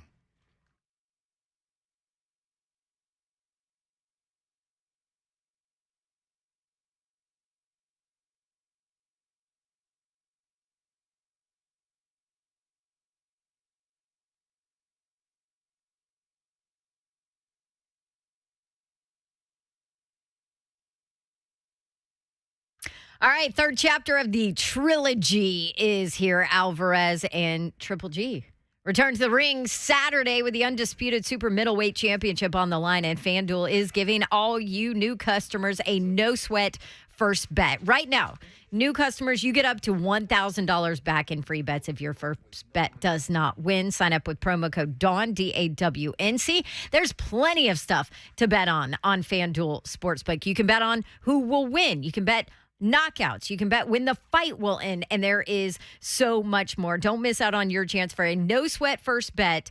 Alvarez, Triple G. Let's go. Join now with promo code DAWN, DAWN, up to $1,000 back in free bets if your first bet does not win. That is exclusively on the FanDuel Sportsbook app. 21 and older and present in Tennessee. First online real money wager only. Refund issued as non-withdrawable site credit. Expires in 14 days. Restrictions apply. Terms at sportsbook.fanduel.com. Gambling problem? Call or text Tennessee Redline 1-800-889-9789. I know what we're doing on Saturday, and it's a great day of college football, and we're going to Murfreesboro. And we're going to go watch MTSU take on TSU, and we're going to go there early, and we're going to tailgate. And we're going to have a great time. And these are all things that you can do. MTSU football, prime for an exciting 2022 football season. Big win at Colorado State last week. Playing TSU this week, 5 home games on the calendar. There's something for the entire family to enjoy. It's not too late to purchase season tickets for all 5 games starting at just $99. MTSU football officially back in action inside Floyd Stadium this Saturday. As I mentioned, your Blue Raiders will kick off against in-state foe, the TSU Tigers, led by former Tennessee Titan Eddie George for the 2022 season opener. And it's going to be fun. Come early, wear your blue, because it's going to be a day of fun, family fun. Yes, I said that twice. As Floyd Stadium provides guaranteed fun for for fans of all ages. Be sure to check out the Blue Raider Beer Garden. You know I'll be there in the Blue Raider Family Fun Zone inside the stadium. Stick around for a post-game fireworks show. To purchase tickets, visit goblueraiders.com/tickets. That's goblueraiders.com/tickets. Middle Tennessee, we are Blue Knighted. By the way, we're giving away Luke Combs tickets next. Stick around. Yep.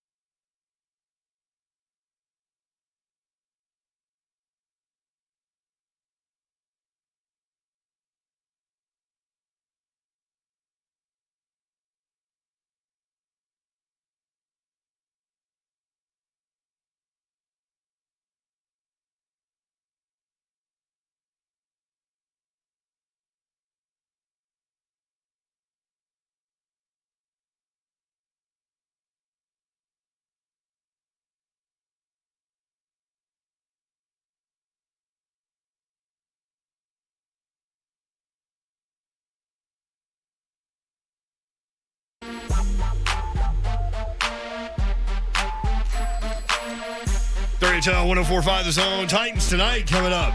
Mike Key, Amy Wells. What? Amy. It's good to see Amy. I haven't seen her in a while. It She's is. had a baby since I last saw her. She looks great. Rocking that working mom life. Keith It ain't Bullock. easy. Oh, yeah. We were talking about during the break, all you single moms out there, they get it done and work and take care of everything, and props. Yes. Props. Y'all are amazing. Hell, all the married moms are amazing, too. Y'all are all amazing. Hey, It's Mother's Day, Slay. Again? Apparently. it's always Oh, Mother's man, Day. yeah. Well, Every I day don't is doubt it. Mother's I don't Day doubt it. in this house.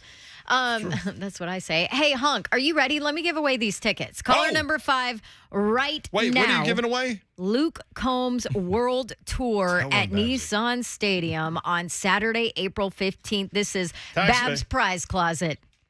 Brought to you by Artisan Custom Closets. It's open, baby. Say goodbye to clutter with Artisan Custom Closets. ArtisanCustomClosets.com. 615-737-1045. Luke Combs. Call now. Go. 1, 2, 3, go. Babs has some Luke Combs tickets in the closet. Look at that. I wouldn't gotten the Tennessee, Florida tickets. Luke in the Combs is closet. in the closet with a red Solo cup. I know that. Sometimes multiples. You think she got Tennessee, Florida tickets in her closet? That's sold out. What? That game is sold out. Tennessee, Florida officially sold out. I'm in that building somehow. Listen, I sneak in that building. How are you going to sneak in that building? You're 6'8". And you'll be dressed in orange. I have gotta a do what I gotta feeling do. that Danny got White a will let him feeling? in somehow. We're going back to that song. We started with that song. That's how we end. I can't wait. No, I can't I wait mean- to Akron, too. Listen, we got Jake and Brentwood. Oh, what? My boy. Who wants to say some things. Jake, what's up, man? I am so excited for winning Luke Combs tickets. Thank you. Thank you. Jake, you did not win Luke Yo. Combs tickets. Oh, man, my boy didn't win. Really? Really? Sorry, I've been Jake. here 20 minutes. I didn't win Combs tickets. Can you imagine drinking some Colt 45 with Luke Combs? Can you imagine that? That would be fun. Oh, I think, yeah, I think we'd have a good time. Absolutely. I think you would. Yeah. Attaboy, Jake. Yeah. Absolutely. So I had to call in. Usually, you know, I'm a Friday trash talk caller, but Double D, she slides off to, you know, her assignments, which I get. And but I just wanted to call in and I hello and Jake. you know. Sometimes- Yeah. Jake, Yeah. Yeah. I love some Jake and Brentwood positivity on a Wednesday. Yes, it's hump day. It's the laugh that does it. It's it. I love how you get cracked up by anything, Jake. That is so great. Anyways, I was just calling in to say, I'm sorry. You know, I called it. Yeah, I called in Friday, and I was accurate on Vanderbilt. Yeah, you are. I was accurate. I was accurate on UT, Yeah. and I would have been very close to accurate if somebody just kicked the field goal on the Titans. When you know, I said they weren't going to win by much, but they're going to win. So That's how they play. anyways, Comes down to the wire. that didn't happen. But I will say this on the Titans game. I will say this. I don't know. I want to be positive on them going up there. I want to be positive going up there, but guys, Jake, let me I stop. have to say, Jake is if having you're such a hard time. if you're not positive, how's anybody going to be positive? no, you're right. You're right. Because I love to be positive, but my God, it's a big task up ahead, man. It's a big task. Oh my. Oh, Jake. Jake, it was really hard for you Anyway. to be negative there. We appreciate It your was. honesty, though. Well, anyways, you guys have a great day, man. As always, love you guys. Have a great weekend. See you later. See you, Jake. I love that I guy. feel like Jake was shook by the fact that he was negative. I think he was shook by the fact that he wasn't the winner. He couldn't figure out a way to be positive. Man. Maybe he will before then. That's what I'm thinking of. Maybe Slay Dog will get me ready on Monday when I'm we're ready. out there with DeJuan Buford I'm already ready. in Cool Springs. I'm already ready. I know you are. I'm telling you right. I am not. Listen, man, it's some situations in sports when you go against an opponent, some people, you get nervous when you have to play them, regardless of how much you hype yourself up. This is, to me, that situation. Some people just have your number. I'm sorry. You know what I mean? Like, the team that I get nervous about playing when it's the Titans, I hate playing Baltimore. I do not like playing Baltimore. If we can avoid, I don't care. Give us Kansas City. Give us Buffalo. Give us anybody. I don't want to see Baltimore. I don't. I'm sorry. I just feel like it's a knack that they figure out. And I think Buffalo, not only do we know this, Buffalo fans know this. Now, I'm just saying, they can come in, they can talk all they want to. What's going to happen? It ain't no difference than what they say in the beginning. We did a show from Nissan Stadium outside, and all those Bills fans, that Bills Mafia, it looked like there were 8 million of them out there. They know what time it is. And they were all talking trash. And they got. Dude. And it's something that happens. It's a lingering trickle-down effect that each player takes on when they go into a franchise. It's just what it is. Just the same for Tennessee, Georgia. I feel the exact same way. I'm not surprised. Do I think – well, I wait on that. But Tennessee, at any point, if they're ranked higher than Georgia, Georgia can beat them, and vice versa. I would never be surprised when it happens, ever, in any sport. It's just some people got that hold on others. You know what? One weird fact, you brought up Georgia. One weird fact that I was thinking about today, Georgia's defense, as good as it is, and it's phenomenal. They've given up 3 points in 8 quarters. I mean, still. Yeah, it's ridiculous. Yeah. They just call up other dudes, and they're hungry, and they're ready to go. But they only have 1 quarterback sack. Doesn't that blow your mind? I mean, it doesn't matter because they're winning game. I'm just surprised by that. Now, South Carolina's offensive line, not good. So look out. Look out. But we'll see. Oh, they were. It's gonna be fun. They could have been offensive line of the week twice. South Carolina. Yeah. Yeah, I 2 know. straight weeks. I've been trying to spare them. It's okay. They'll be there. Yeah, They'll be there for later in the year. Look at they got a table at the seat at that table. Look at OKB in there. Bullet! Keith Bullock about that. And the VOT. And the VOT and Titans Titans Amy. Amy. Okay. And That's Red coming Brian. up next. That's a hell of a room. That is. That's a hell of a room. It's a legendary room in there. I feel insignificant compared to our room compared to. Oh, sorry. We all right. No, we got Slay. We're good. We cool. No, we got y'all. Got some credibility. Some days. All right, coming up tomorrow, we will be Tattoos. in. Never. Coming up tomorrow, we will have a good time, though. I guarantee you that. Yes. And we'll unapologetically have a good time. Mount Juliet, Buffalo Wild Wings. Come see that's us. tomorrow. The Miller Lite Watch Away Toast at, what time is that? 4:45? Yeah. It doesn't matter. Just come the whole time and hang out with There us. you go. Yep. We'll be there. So will you, hopefully. At 3HO1045 on Twitter. Love y'all. Good night. Be careful, Jake. See ya. Careful what you feed in your hands to.